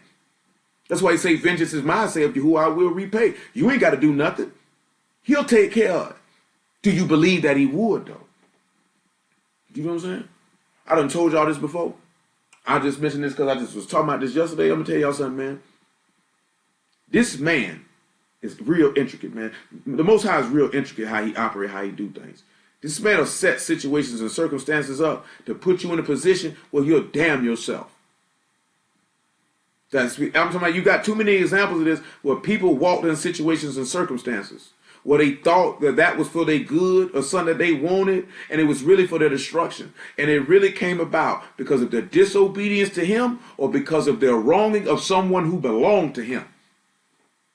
Because this man told you, the master told you that it was better that a millstone be hung from your neck and that you be cast in the sea than for you to offend any little one who believes on him. For it does not pay to injure and hurt those who actually belong to the living Elohim. That man is going to come see you at his leisure. You know what I'm saying? You have to realize that. The same token, because I put this up here yesterday, last night, because that's a real talk, man, and I told y'all this before, it's the same token, right? If you know you ain't did nothing wrong, all you got to do is remember Jacob. When Laban was doing Jacob wrong, Jacob said, my righteousness going to prove me out. But you ain't got to prove nothing to nobody. You ain't got to show nothing to nobody. But if you stand for Yahuwah, it's going to manifest in time, and Yahuwah going to jack slap him for you when he get ready. I guarantee you that. If he's not a man of his word. This is where it come in, what the faith come in at. This is where it come in, where your trust come in at. This is where it come in, where even when you being done wrong, or even when you in a weak position, that you gonna lean on Elohim to know that he's a man of his word. He gonna do what he said, and he gonna do it on his time, not yours. See, that's where a lot of us get messed up at. We feel like he got to do stuff on his time, or on our time. And if he don't do it on our time, then we gonna push it. and you're going to push yourself to hell. You know what I'm saying? You're going to push yourself outside of his will. You're going to push yourself away from him. Because this man don't operate on our time. He operates on his time, and everything will be done in his perfect will, in his perfect time, at his perfect moment, that he get the esteem and that he get the praise. And see, that's where our problem come in at, is because we want the esteem and we want the praise. Hello? Hello? James 1:17. Hello? James 1:17. 1:17. Every good gift and perfect gift is from above, and come down from the Father of lights, with whom is no variableness, neither shadow of turning. Of his own will begat he us with the word of truth. Remember now, we look at that truth, that's going to be a mot. Now, that's going to be faith. So he begot us or birthed us through the word of faith or through his son. We have to remember that. He didn't birth us through no law. We got to get our minds fixed out of every time you see truth, that's talking about law as forth as instructions. You know what I'm saying? We have to sit back and look at that. He birthed us through faith. That's how you actually be formed and formulated and turned into a son of Elohim. That we should be kind of the first fruits of his creatures. Wherefore, my beloved brethren, let every man be swift to hear, slow to speak, slow to wrath. For the wrath of man work not the righteousness of Elohim. See, that's where you sit back and you got to understand why we're looking at why did every man deal treacherously with their brother. Why did they profane the covenant of their fathers? Why did they commit an abomination by profaning the Kadeshness of Yahuwah? Because they were working the wrath of man. That is not the faith of Yahuwah. See, we seen that when we were talking about a couple weeks ago with Abigail, Nabal, and David. When Abigail ran up on David and told him not to do that. And he didn't work the wrath of man, because that is not the faith of Elohim for a man to work wrath. That's not in the faith. That's the same thing you see that with David with Saul. He could have killed Saul, he didn't do it. That's not the righteousness of Elohim. Because you could punch somebody in the face, just because you could kill somebody, because you could stab somebody, shoot them, whatever the case may be, beat them up. That's not the righteousness of Elohim. You're not manifesting the faith of Elohim because you're not trusting in him like he told you to. See, let's look and see that in Romans chapter 12. Hold this James chapter 1, look and see that in Romans chapter 12. That's where the people messed up at when they were dealing with the master. If they would have trusted in Elohim, then they would have known that if this man was a blasphemer, he would have took him down. After Romans chapter 12, get Acts chapter 5.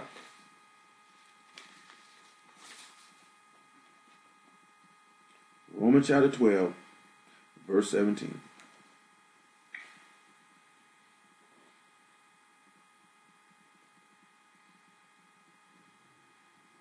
That's what they had to sit back and realize. If this man was a blasphemer and an injurious man and all these sinful things, they would have trusted that Yahuwah would have took him out.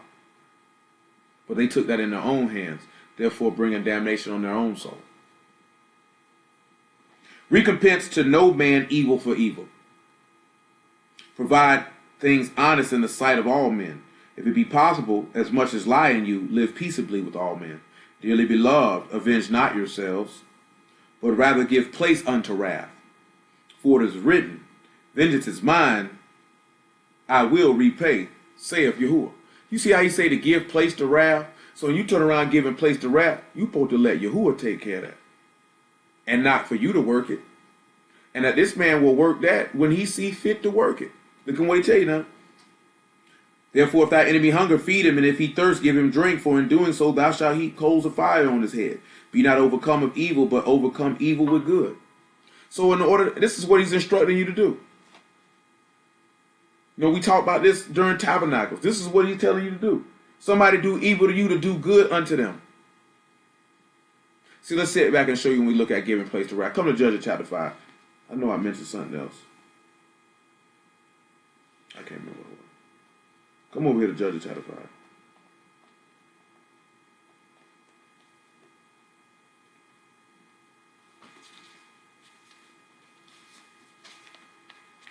We still holding James chapter 1 and Malachi chapter 2. Judges chapter 5. Actually, Judges chapter 4. Judges chapter 4 by verse 17. Now, this was the enemy of this woman. Let's see what she do to him. Howbeit Sisera fled away on his feet to the tent of Jael, the wife of Heber the Kenite. For there was shalom between Jabin the king of Hazor and the house of Heber the Kenite. Jael went out to meet Sisera and said unto him, Turn in, my master, turn in to me, and fear not. And when he had turned into her tent, she covered him with a mantle. He said unto her, Give me, I pray thee, a little water to drink, for I am thirsty. She opened a bottle of milk and gave him drink and covered him. Again he said unto her, Stand in the door of thy tent, and it shall be when any man doth come and inquire of thee, saying, Is there any man here? That thou shalt say no. Then Jael, Heber's wife, took a nail of the tent, and took a hammer in her hand, and went softly unto him, and smote the nail into his temples, and fastened it into the ground, for he was fast asleep and weary, and he died. So he died. And behold, as Barak pursued Sisera, Jael came out to meet him, and said unto him, Come, I will show thee the man whom thou seek. And when he came into her tent, behold, Sisera lay dead, and a nail was in his temples. So Elohim subdued on that day Jabin the king of Canaan before the sons of Yasharal. When you sit back and you look at this, right? Barak wanted to take this man out. Of course, it was a war. It was a war going on. But Yahuwah didn't catch him. He didn't allow him to catch him. He allowed a woman to take him out. And she even went above and beyond the call of duty. Let's look at this right here in verse 20 of the 5th chapter of the song that Deborah is going to sing about this woman. It's actually about verse 24. You know what I'm saying? And it's to sit back and show you that Yahuwah worked vengeance to take out your enemies when he desires. And this is where it comes in where your faith at. Because the master told Peter them that when they had came to kill him, he said, Know ye not that I can pray to my Father for 12 legions of Malachim? He said, But how will the scriptures be fulfilled? Because he know he could have asked. This is again showing his faith of not trusting in himself, but trusting in Yahuwah, what Yahuwah promised that he was going to do to him. He knew that he could have asked for some wrath, and it would have killed, and he could have took all these people out. It's the same token when the sons of thunder said, Should we ask for lightning or fire from Shamahim to come down and kill these people like Elijah? And he told him, Man, you don't know what manner of ruach you got, man. We're not here to destroy men's lives. We're here to save them. So we have to sit back and realize that as we move and as we operate day to day, that we're not here to destroy men's lives. You're here to save them. But before you can save anyone else, you have to first save yourself. And then you can save someone else. You have to be able to subdue your own body before you can show someone how to subdue theirs. You have to show someone else how you have to overcome the world yourself before you can show someone how to overcome it as well. You know what I'm saying? You have to even do that for yourself first. Then you can be a benefit and a profit to another. I think sometimes we forget that the objective is to have the opportunity to be able to minister the word, whether it be in deed or in truth or in word. So whether it be through faith, whether it be through actions, or whether it be through the word, this is your ability to be to service. That's what it means to minister, is to serve. You know what I'm saying? And to serve, to be able to bring the light of the word of Yahuwah. I keep telling y'all, it don't just encompass preaching. If you think just preaching the word is the only way that you could minister unto somebody, you are completely out of line with what the word says. Because that's not the only way that you can minister and serve to manifest this man's love. Now, preaching is how they'll be saved, but that's not how that's the only way to manifest the man's love. That's what he was telling you in 1 John chapter 3. He said, let us all do things, whether it be in deed or in word or in truth. So you have the difference of manifesting his salvation and manifesting his love. Those are two different things. They're not mutually exclusive. You know what I'm saying? They're separate things. So we want to sit back and look at, are we all just concerned with, I want to tell somebody about the word and manifest knowledge and information? Or do you want to manifest this man's character, his power, and his might, and his love? What you trying to show people? Because it's like this here, right? You have to ask yourself, are you blaspheming this man's word by the way you conduct yourself and how you operate? And then you shocked when there are people who you want to hear the word, who you talk to on a regular basis, but they won't latch on to it, and they won't latch on to it because they know how you live in real life.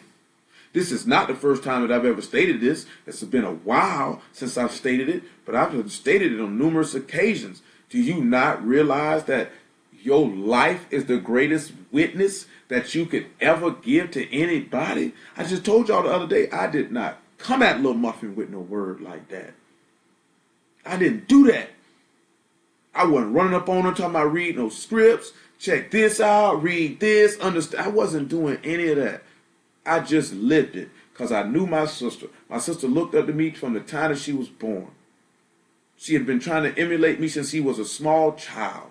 And I knew if how long as I lived it and was consistent in the application of this word, that she would follow suit, that I wouldn't have to come at her with no script all day, every. You don't got to do that. Because people are watching you. They're watching your behavior. They're watching your actions. They're watching your ways and your doings and how you move and how you operate. And if they know that you operate contrary to that word, but you always in their face talking about it, they don't take you seriously. They don't take Elohim seriously. And therefore you have just caused someone to blaspheme this man's name. And you can have judgment on your head behind that. Y'all wonder why I tell you sometimes, man, I don't be talking to people about this, man. I don't run up on people about this here, man. Just pick my spots. When opportunity presents itself, we gonna drop it. If opportunity presents itself, it don't. But them people, if these people see me on a regular basis, they know how I operate. They gonna know how I move. They might inquire. I just had a dude in the car the other day. He would ask me something. He said, yeah, man, my wife in India, man, I'm trying to get her back home. Whoop, whoop, whoop. He would ask me certain stuff. I say, nah, bro, I don't even. He said, I learned a lot from you today. I said, yeah, man, I don't believe in that. I don't do that. We don't believe in having sex and not being married. No, we don't believe in that. I'm not calling it. Because it was like, man, you call you a call girl? I'm not, no, I ain't calling no call girl, man. I ain't gonna do that. He was like, why? Okay, and then he asked, he proceeded in this conversation, and I told him that I ain't pulling no scripts. I just kept it simple. No, we don't believe in that. He respected that. Whether he sit back, whatever you would do with this stranger is what he do with this stranger. But he had a different perspective after we had the conversation, though. You know what I'm saying? You can't let your earnest and your passion to think that you want to tell people stuff and want people to know, because I done been there. Running up on everybody, you want to tell people this stuff, man. But that just comes with maturity. The more mature you get, you learn that you have to pick your spots. That's something that he showed me. You have to learn how to pick your spots. You have to wait for him to give you opportunity. But the number one thing that I always knew was, if you live it, that's going to draw more people than anything. If you live it. If you don't live it, you're not going to draw very many people. All you're going to do is draw people who are going to pump fake right along with you. That's it. You know what I'm saying? Judges chapter 5, verse 24. Baruch above women shall Jael, the wife of Heber the Kenite, be. Baruch shall she be above women in the tent. He asked water, she gave him milk. She brought forth butter in a master dish. She put her hand to the nail, her right hand to the workman's hammer. And with the hammer she smote Sisera. She smote off his head when she had pierced and stricken through his temples. At her feet he bowed, he fell. He lay down at her feet, he bowed, he fell. Where he bowed, there he fell down dead. The mother of Sisera looked out a window and cried through the lattice, why is his chariot so long in coming? Why tarry the wheels of his chariots? Isn't that something? And I just was looking at something yesterday too. I might as well go ahead and work it since we're looking at this here. This woman just sat back and asked a question. Because remember now, we're going to look at something before it's him avenging. And he said they profaned his Kadeshness. And the brothers dealt treacherously with the covenant. So we know that they dealt treacherously with the master, because we know these people sat back and said in John chapter 11, about verse 45, you know what I'm saying? Hey, man, if we leave him alone, the Romans going to take away our place in nation. We got to kill him. And then they commune with Judas, and we know they said, we don't let it go because y'all know this. Y'all should know this. Y'all already know that the chief priests sat back and conspired. We just read that in 22. There was violence in the city. There was deceit. They profaned his Kadeshness. They didn't make a difference.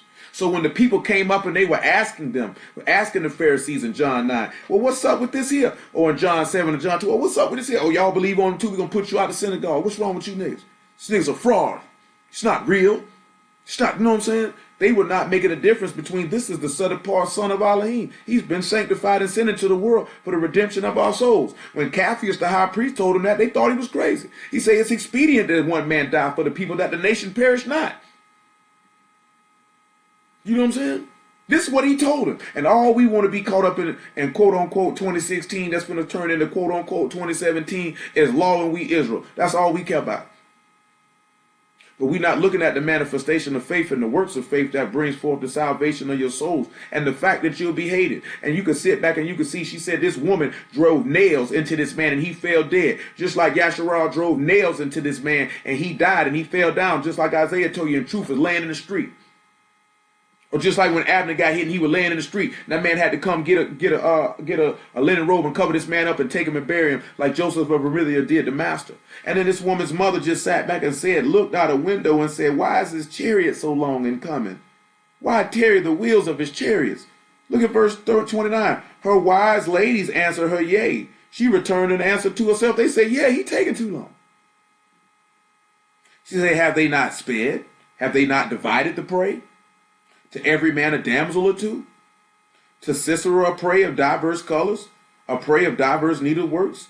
Of diverse colors of needlework on both sides? Meat for the necks of them that take the spoil? So let all thy enemies perish, O Yahuwah, but let them that love him be as the sun when he go forth in his might, and the land had rest 40 years. Now you sit back and you think about it. Let's look at something in Isaiah chapter 19. Let's go over here to Isaiah chapter 19. I know I mentioned something about that throne. So only that throne of Yahuwah. That's in Revelation chapter 6. Let's look at Revelation chapter 6 before I continue on. Just hold James chapter 1 when we get done. I got a lot of stuff going through my head right now. It's just 10 o'clock. I ain't got much longer though. I ain't gonna hold you much longer. Revelation chapter 6. That page back on. Down here to the bottom. Actually, it's Revelation 5. My apologies. It's Revelation 5. Oh, it's Revelation 6. Oh, that's why my page is so messed up. Revelation 6 and 16. And said to the mountain and rocks, fall on us. Hide us from the face of him that sit on the throne, and from the wrath of the Lamb. For the great day of his wrath is come, and who is able to stand? You notice it said at that throne. Because it's just going back to reiterate the point of that you're not going to be mentioning the Ark of the Covenant, because the Ark of the Covenant was symbolic of the throne of Elohim. And there'll be no need for that because the throne of Elohim would be on the earth. And remember that he promised him the throne of David.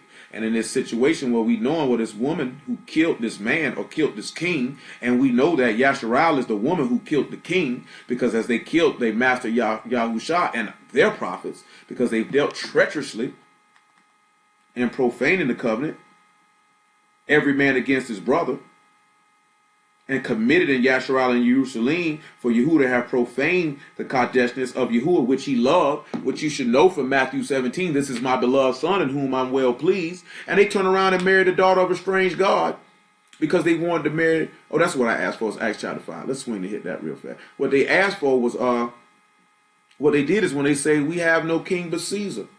They wanted to serve the gods of the Romans when they say that.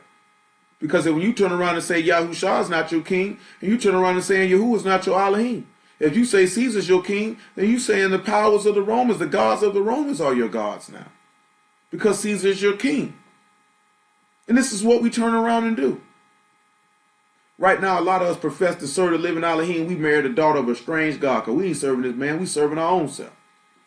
Look at this Acts chapter 5, what I was telling you about how this man showed vengeance, that he'll take you down.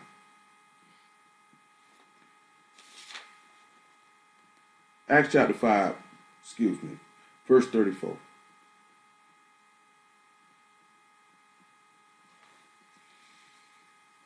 And all this coming, what we're looking at with these men in Acts chapter 5 is men who sought to do things off their own will, for their own pride and for their own esteem. I'm going to tell you something, man. If you really, when you look at a lot of the men who were sent to preach the word, they were not quote unquote happy people. When I say happy people, meaning they were happy in their Elohim. But on a natural sense, if you would have looked at them, you wouldn't have considered them to be happy because of the things that they suffered and that they had to endure. And though they rejoiced inwardly and outwardly most of the time in their Elohim, that they were counted worthy to suffer for his name. Because you could actually see that when Peter them got beat or got stoned for preaching to him, that they rejoiced because they were counted worthy to suffer. When you look at niggas right now, niggas don't want to do that. Ain't nobody trying to, ain't nobody gonna beat me. Ain't nobody gonna do this here to me. Because they don't count that as a worthy thing to suffer for his name. Dudes don't really want to do that. They want to save themselves. And again, that would be a situation where even though you thought you showed strength by fighting back, you folded. You folded. You didn't trust Elohim. You folded. Because folding sometimes don't always necessarily meaning doing something of a weak element or committing sin or this, that, there, and the third. Sometimes folding can just literally be going against the word by seeking to do your own will and not trusting in him. Verse 34 of Acts chapter 5. I'll read that verse to you where they rejoiced because they were counted worthy to suffer for his name.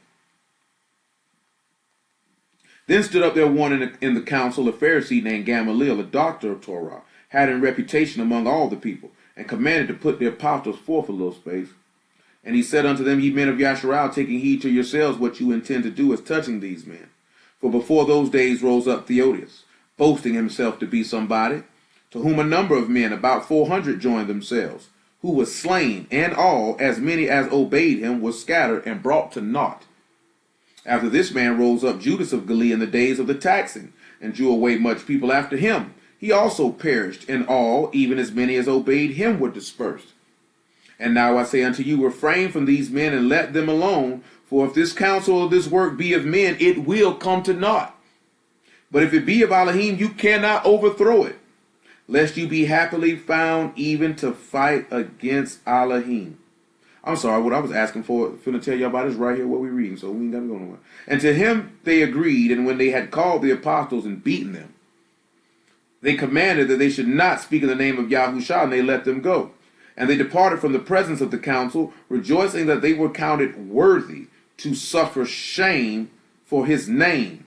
And daily in the temple and in every house, they ceased not to teach and preach Yahushua HaMashiach. That's something you have to sit back and think about. These boys are counted that something a worthy thing to suffer shame for this man's name and to be beaten.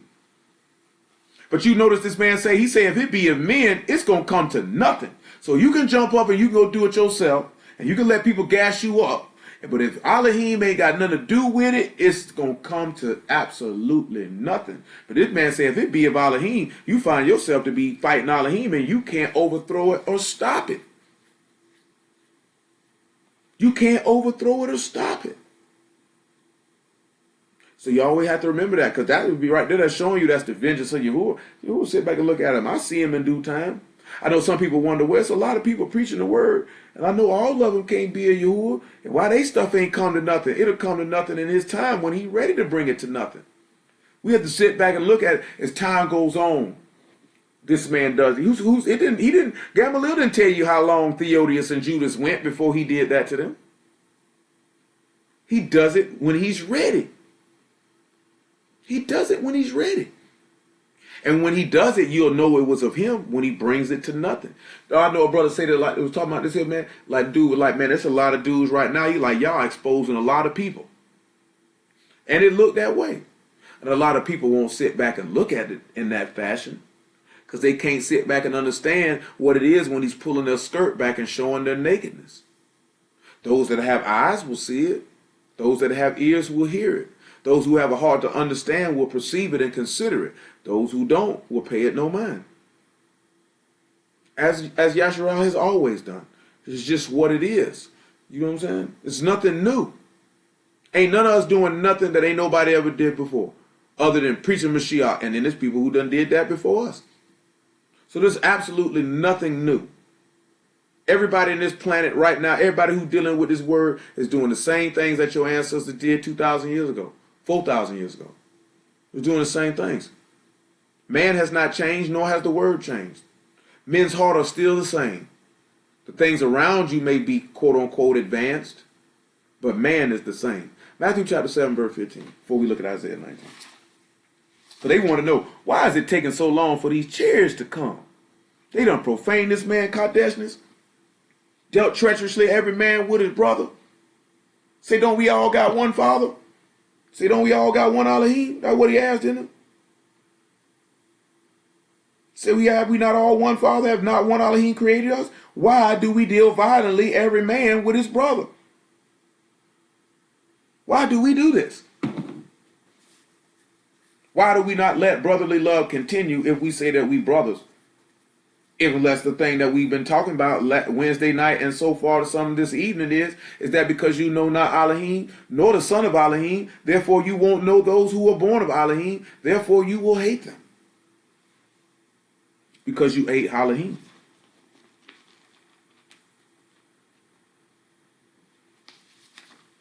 And we're going to deal with that part. This one part where we talking about, when she was talking about dividing the prey. He got to divide the prey. How he going to divide the prey? Well, let's look at one instance how he going to sit back and tell you how he going to divide the prey. 7 and 13. Matter of fact, 7 and 12. Matthew 7 and 12. Therefore, all things whatsoever you would that men should do to you, do ye even so to them, for this is the Torah and the prophet. You should sit back and know that the law and the prophets hang on two concepts. Love Elohim with all your heart and all your strength and all your soul, and love your neighbors, you love yourself. So if we're not loving our neighbors, we love ourselves, and we know we're dealing treacherously, every man with his neighbor, and profane this man's covenant and the agreement that he made with your fathers. Because you know the commandment that he gave you from the beginning, that you ought to love one another. And he said, I give you a new commandment, that you should love one another as I have loved you, that everyone might know that you are my disciples. So when we don't do that, we are sinning. You sinning, I'm sinning, we all sinning if we don't sit back and look at why are we not loving each other as he loved us? That means even when these people wanted to stone him, even when these people wanted to kill him, when these people wanted to lock him up, he still had long suffering, patience, and love toward these people in the midst of that. That's why he told you to love your enemies, because you ain't even sat back and look at that. Yahuwah loved his enemies in the wilderness because he still gave them manna to eat. He still gave them quail to eat. He still didn't let their feet, their shoes wax old. He didn't let their clothes wax old. He still loved his enemies when they went against him in the wilderness, showing you an example of this is a manifestation of your faith. This is a manifestation of becoming a son of Elohim. This is a manifestation of actually believing the word and showing that wrath does not work the righteousness of Elohim. But we still holding James chapter 1. Wrath does not work the righteousness of Elohim. You know what I'm saying? That doesn't show that. That's not the faith of Elohim. See, when this man come back to work this wrath, it's going to be in righteousness because he's going to judge and make war. Because now it's war time. No, the book tell you that it's a time for love. It's a time for hate. It's a time for peace. It's a time for war. The war don't come to the end. See, these niggas got you thinking you supposed to be around here hating and warring right now. You supposed to be warring against the flesh. You supposed to be warring against carnal things. You supposed to be warring against spiritual wickedness in high places, not warring against people. That ain't what you supposed to be doing. Enter ye in at the straight gate, for wide is the gate and broad is the way that lead to destruction, and many there be which go in thereat. Because straight is the gate and narrow is the way which lead unto life, and few there be that find it. Beware of false prophets which come to you in sheep's clothing, but inwardly they are ravening wolves. You shall know them by their fruits. Do men gather grapes of thorns or figs of thistles? Even so every good tree bring forth good fruit, but a corrupt tree bring forth evil fruit. A good tree cannot bring forth evil fruit, neither can a corrupt tree bring forth good fruit. Every tree that bring not forth good fruit is hewn down and cast into the fire. Wherefore by their fruits you shall know them. So right there, he's sitting here telling y'all he going to separate the prey. Oh, you got to go back. Look at Matthew 13, separating the wheat from the tares. He say take the tares, and he say take the wheat, they bring it into my barn. Take the tares, gather them up, burn them. Burn them alive. Burn them up. This is dividing the prey. Let's look at the word for prey right there, just on general principle. Give me a second. Give me a second. You say you got to divide the prey now. I ain't going to get on the needlework thing right now. I'm going to say that though, because I got something in Psalm 45 go with that while I'm thinking about it. When we look at prey, it's shalal, it's booty, splendor, spoil, plunder of war, gain. So you got to have, you say, have they not sped? Well, what does it mean when she said, have they not sped? That's mat. So it means to find or to attain, to secure or to acquire, to detect, to come upon, to meet, to fall in with, to be found, to be detected, to be in possession of. So have they not found? Have they not divided the prey? To every man a damsel or two? When we look at damsel, the word is rakam, and it literally means womb or compassion. Even a maiden or damsel or tender love or mercy or pity. So it say that every man pity or two. So we sitting back looking at what it's telling you. He said, have you not searched out? Have they not divided? When we look at divided, it means to share or to apportion or to distribute. So you looking at, have you not found and distributed the spoil to every man tender love of compassion or two? And that same word for two is womb, or dealing with a maiden or girl by extension. So sit back and look at that. He's literally giving a prophecy on why y'all ain't loved each other. Why you haven't distributed love to one another. Look at 1 Peter chapter 4, right? Look at what he tells you.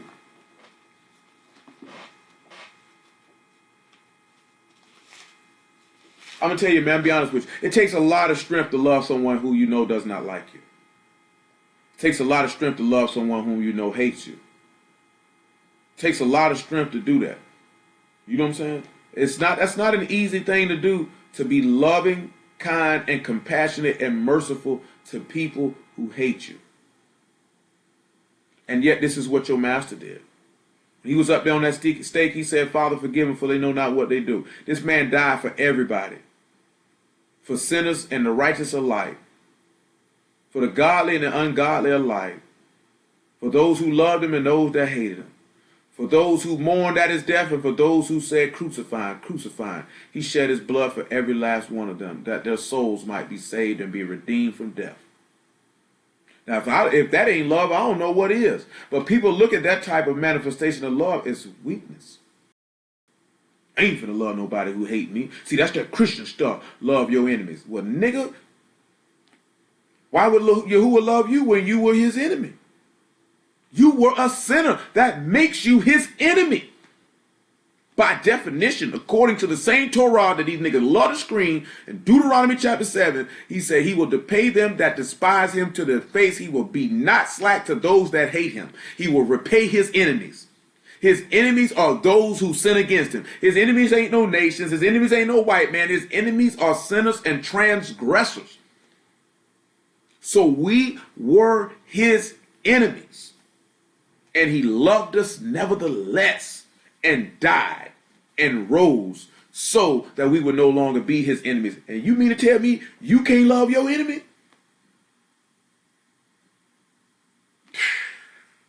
See, they don't want to hear stuff like that. They don't want to hear stuff like that. They don't want to hear stuff like that. Because it will convict them to show them that the love of Elohim is not in them. It's not in them. It's not in them.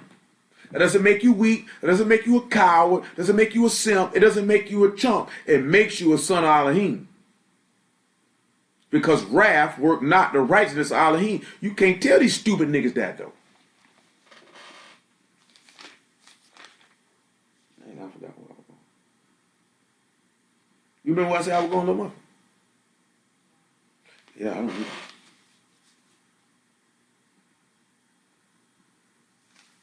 I don't know.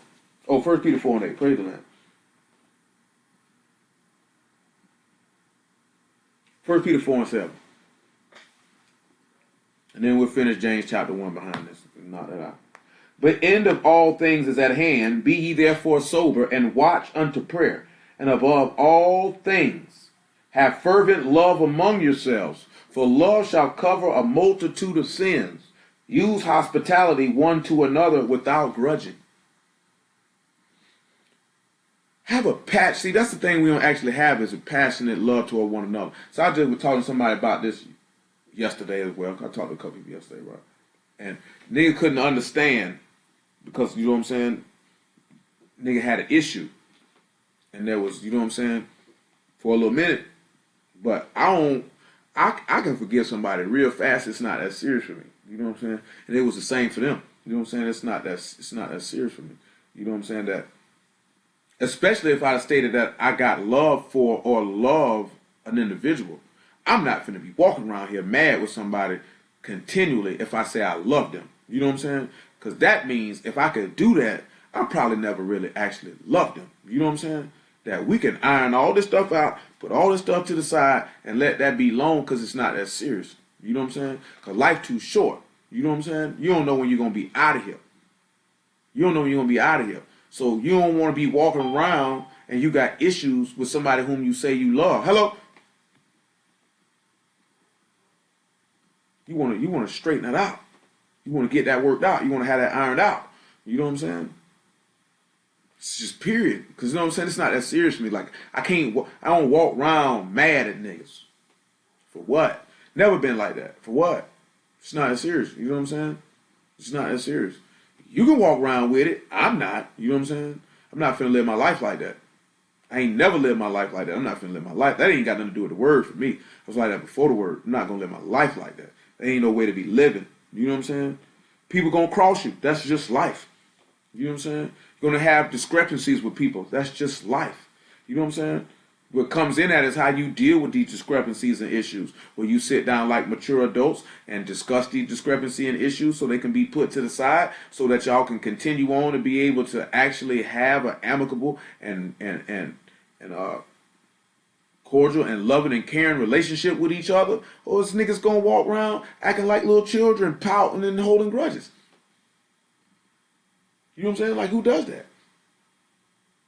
You know what I'm saying? A lot of times people be having issues with people. They be imaginary. Don't even be real stuff. Just be stuff in people's minds. Some stuff be real. Some stuff be people be having issues and discrepancies with people who commenting things and they don't know what they're talking about. Or people who repeat things but don't repeat actually what was said. You know what I'm saying? So then it gets back to the other person, and then this person thinking this was said when this wasn't said, and this wasn't what's going on, and you got people at odds with each other for no reason.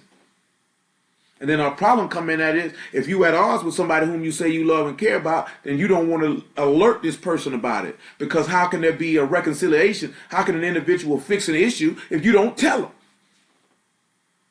Because we just had this here with an issue with one of the brothers out of the country. You telling me this here? Well, tell this man that, because he can't fix it if you don't tell him. I can't fix it for you. I'm not a part of this situation. It has nothing to do with me. You know what I'm saying? You need to go tell him that. And then y'all should be able to handle that because you're adults and you're men. You know what I'm saying? We are all adults. How can two adults, if they have an issue with each other, can't sit down like adults and have a conversation like adults and fix it? You know what I'm saying? Like, it's not that hard. You know, hey, it might sometimes, it could get heated, it could get passionate. The only time it's going to get something like that is if you actually love somebody. Because if you don't care nothing about it, it doesn't matter to you. But the goal is to be able to fix it so you can move past it. Because that's what your Elohim did. There was an issue. There was a discrepancy. This man came down here in the flesh to discuss it directly with you and plead with you face to fix it. And we can't do that with each other. That's sad. But we say we the sons and daughters of Elohim and we the children of Yasharal. But we won't do what he did. How is this possible? James chapter 1. I'm telling you, y'all better stop walking around here constipated. And it ain't got to be nothing just because somebody in the word or not in the word. Don't be walking around here constipating, holding stuff in, man. Let that crap go. Get it out, man. Take a laxative. Do something. I'm going to read verse 19 again before we go to Isaiah 19. Wherefore, my beloved brethren, let every man be swift to hear, slow to speak, and slow to wrath. For the wrath of man work not the righteousness of Elohim. Wherefore lay apart all filthiness and superfluity of naughtiness, and receive with meekness the engrafted word, which is able to save your souls. The engrafted word, or the word that will merge and you become one with it, and it becomes one with you. For the last month or so, that's all we went, well, really the last 3 weeks. It's all he didn't have in my mind to focus on. Is us becoming the literal sons and daughters of the living Elohim who resides in Shamahim. His name be Yahuwah of hosts. Praise and esteem and honor to him be forever by way of his son Yahushua HaMashiach. So that means that we need to become his son so we can be received of him to receive that throne, to sit in his throne, so that that wrath don't fall on our head. Because he said everyone a damsel or two, or compassion, or love? Why do we not have, how can we sit back, right? Let's just be honest with it, right? Look at 1 Corinthians chapter 12. Before I say what I'm finna say, which is contained in this Judges chapter 5. 1 Corinthians chapter 12, right? 1 Corinthians chapter 12, verse 25.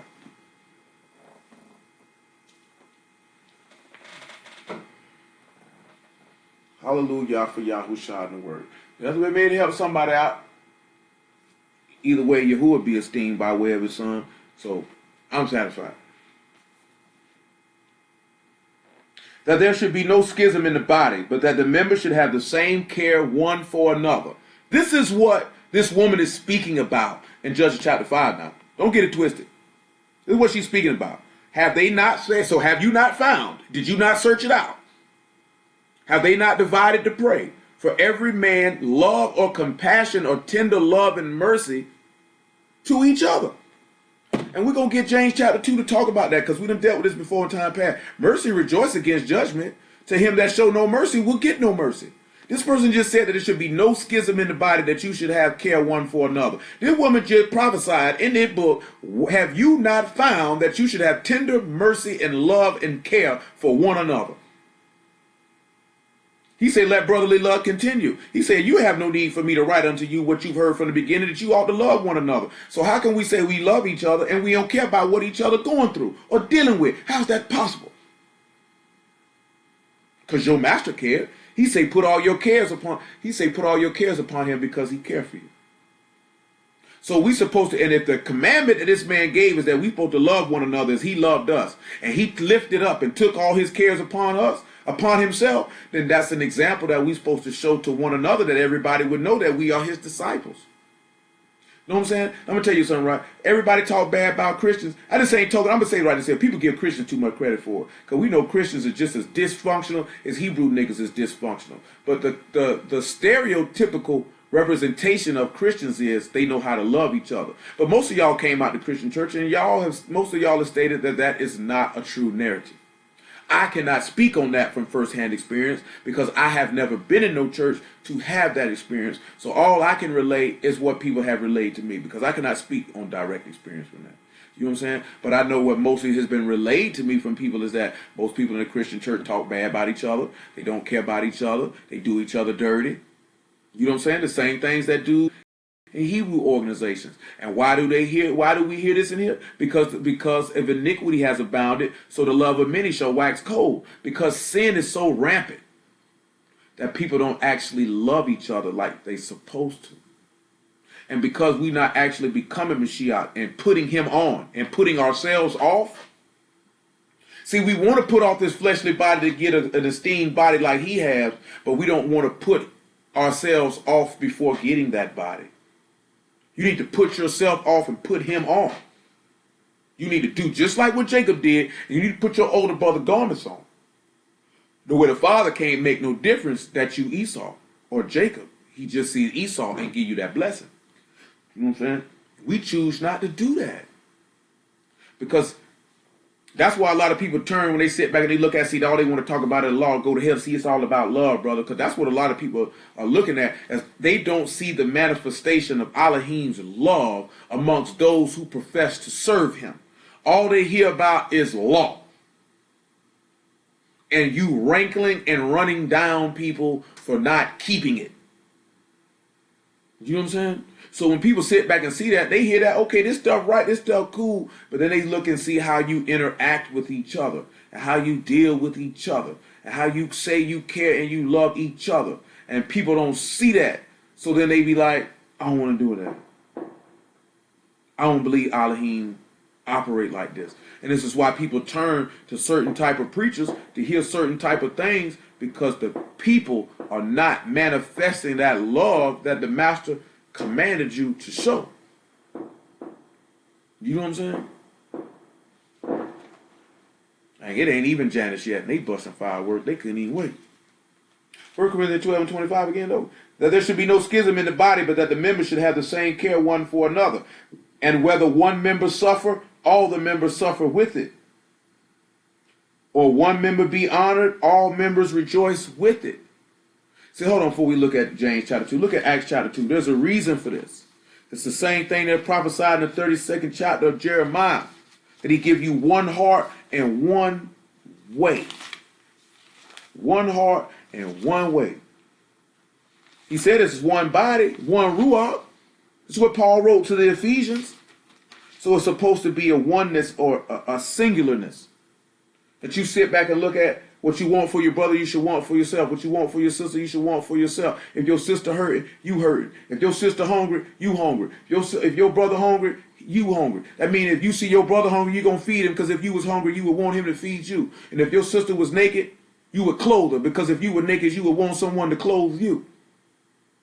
Because you would sit back and you would not see. You would see yourself in that situation, and you would execute the same mercy and compassion that you would want somebody to execute upon you. But see, we don't do that because we out for self, and we think about self first. You know what I'm saying? That's not how it's supposed to be. That's not how it was ordained. That's not how it's set up. Acts chapter 2, verse 41. Then they that gladly received his word were immersed, in the same day they were added unto them about 3,000 souls.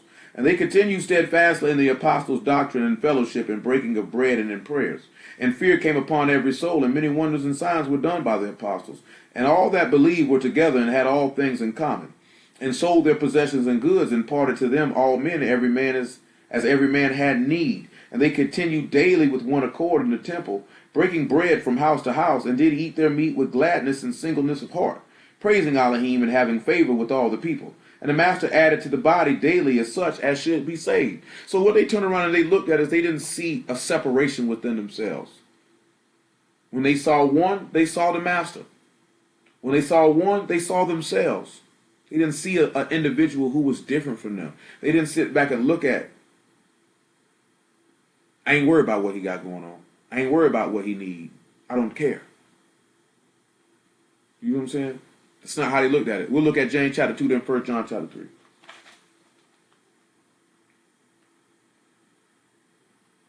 Still holding Isaiah 19. I'm going to get to it in a second. In a second. I'm about to get ready to shut it down and close up shop, man. Trap close. You know, I'm up early because my nigga don't sell dope after nighttime. But I sell dope after nighttime.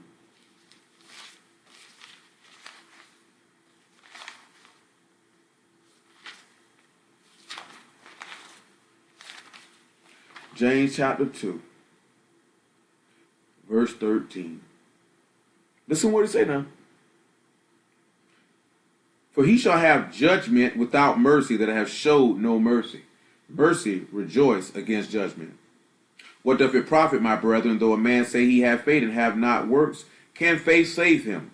If a brother or sister be naked and destitute of daily food, and one of you say unto them, depart in shalom, be ye warmed and filled, notwithstanding, you gave them not those things which are needful to the body. What doth it profit?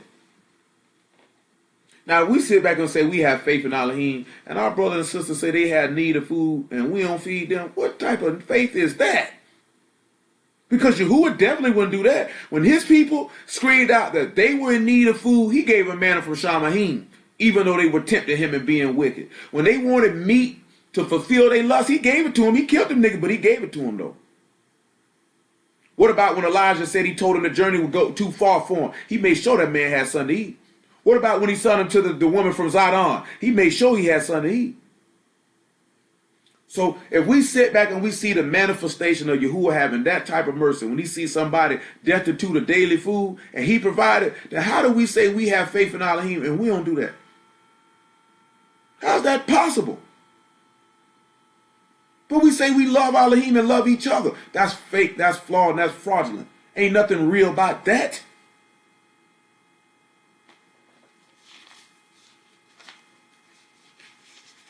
First John chapter 3.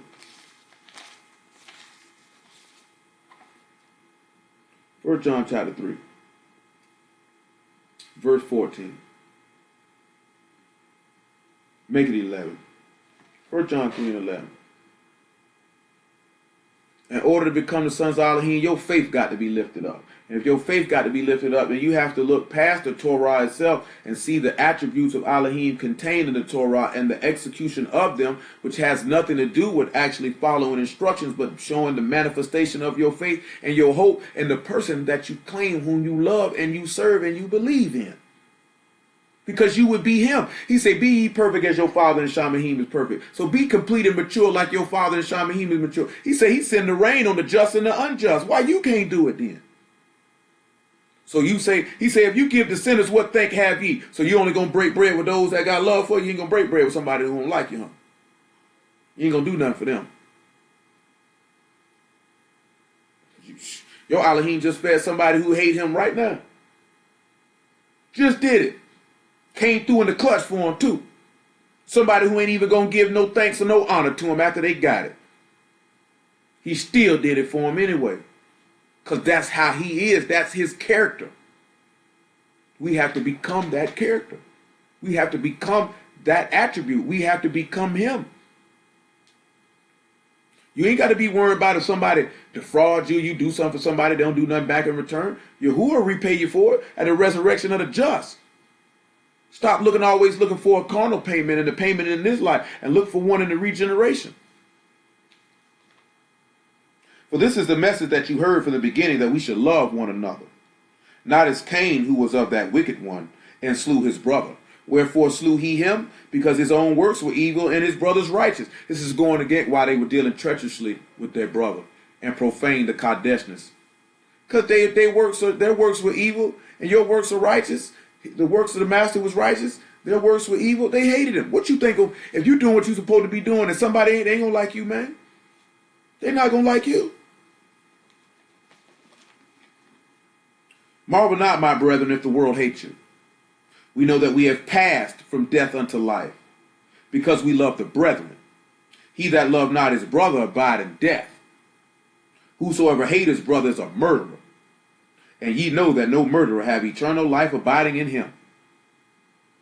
Hereby perceive we the love of Elohim, because he laid down his life for us. We ought to lay down our lives for the brethren. That means we ought to put somebody else. You ought to put your brethren before yourself. Or do you gonna pick and choose which brethren you gonna put before yourself? You say I'm gonna ride for him and him. I ain't gonna ride for everybody though. Oh yeah, bro, right there say something. I got him. I ain't got nothing for this other nigga over here though. I don't mess with that nigga like that. No. That means you got hate in your heart for your brother. And that means you're a murderer. And that means no eternal life is abiding in you. And that's going again. And you'll be violating explicit instruction in the Torah. Walking around here with a grudge. Listen what he say now. But whoso have this world's goods and see his brother have need and shut up his bowels of compassion from him, just what this woman just said in Judges chapter 5. How dwell the love of Elohim in him? So you see your brother got need, and you shut up your bowels of compassion. That means you ain't did what this woman said in Judges chapter 5. You ain't found, you ain't divided the prey. You ain't got no tender. How to love Elohim in you? How you gonna tell me you a son or daughter of Elohim in you? You see your brother had need, you shut up your bowels of compassion from them. How's that possible? How can you fix your mouth and say you in the faith after that? That's ugly. That's not what he taught us. That's not what he exhibited. You see, the master had bowels of compassion when the people had need, when they were walking around there, and he fed them people with them 5,000 and them 7,000 with fishes and loaves. He had compassion on these people. He had these worlds good to be able to feed these people, and he opened up his bowels of compassion on these people, and he fed them.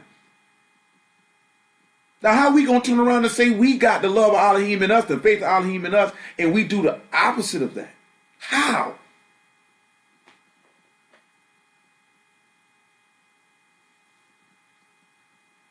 Because look here, right?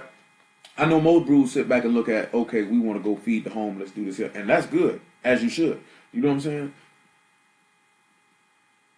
But how we don't have love for the people that are directly in the household of Elohim first? You got people that don't even love people under their own roof.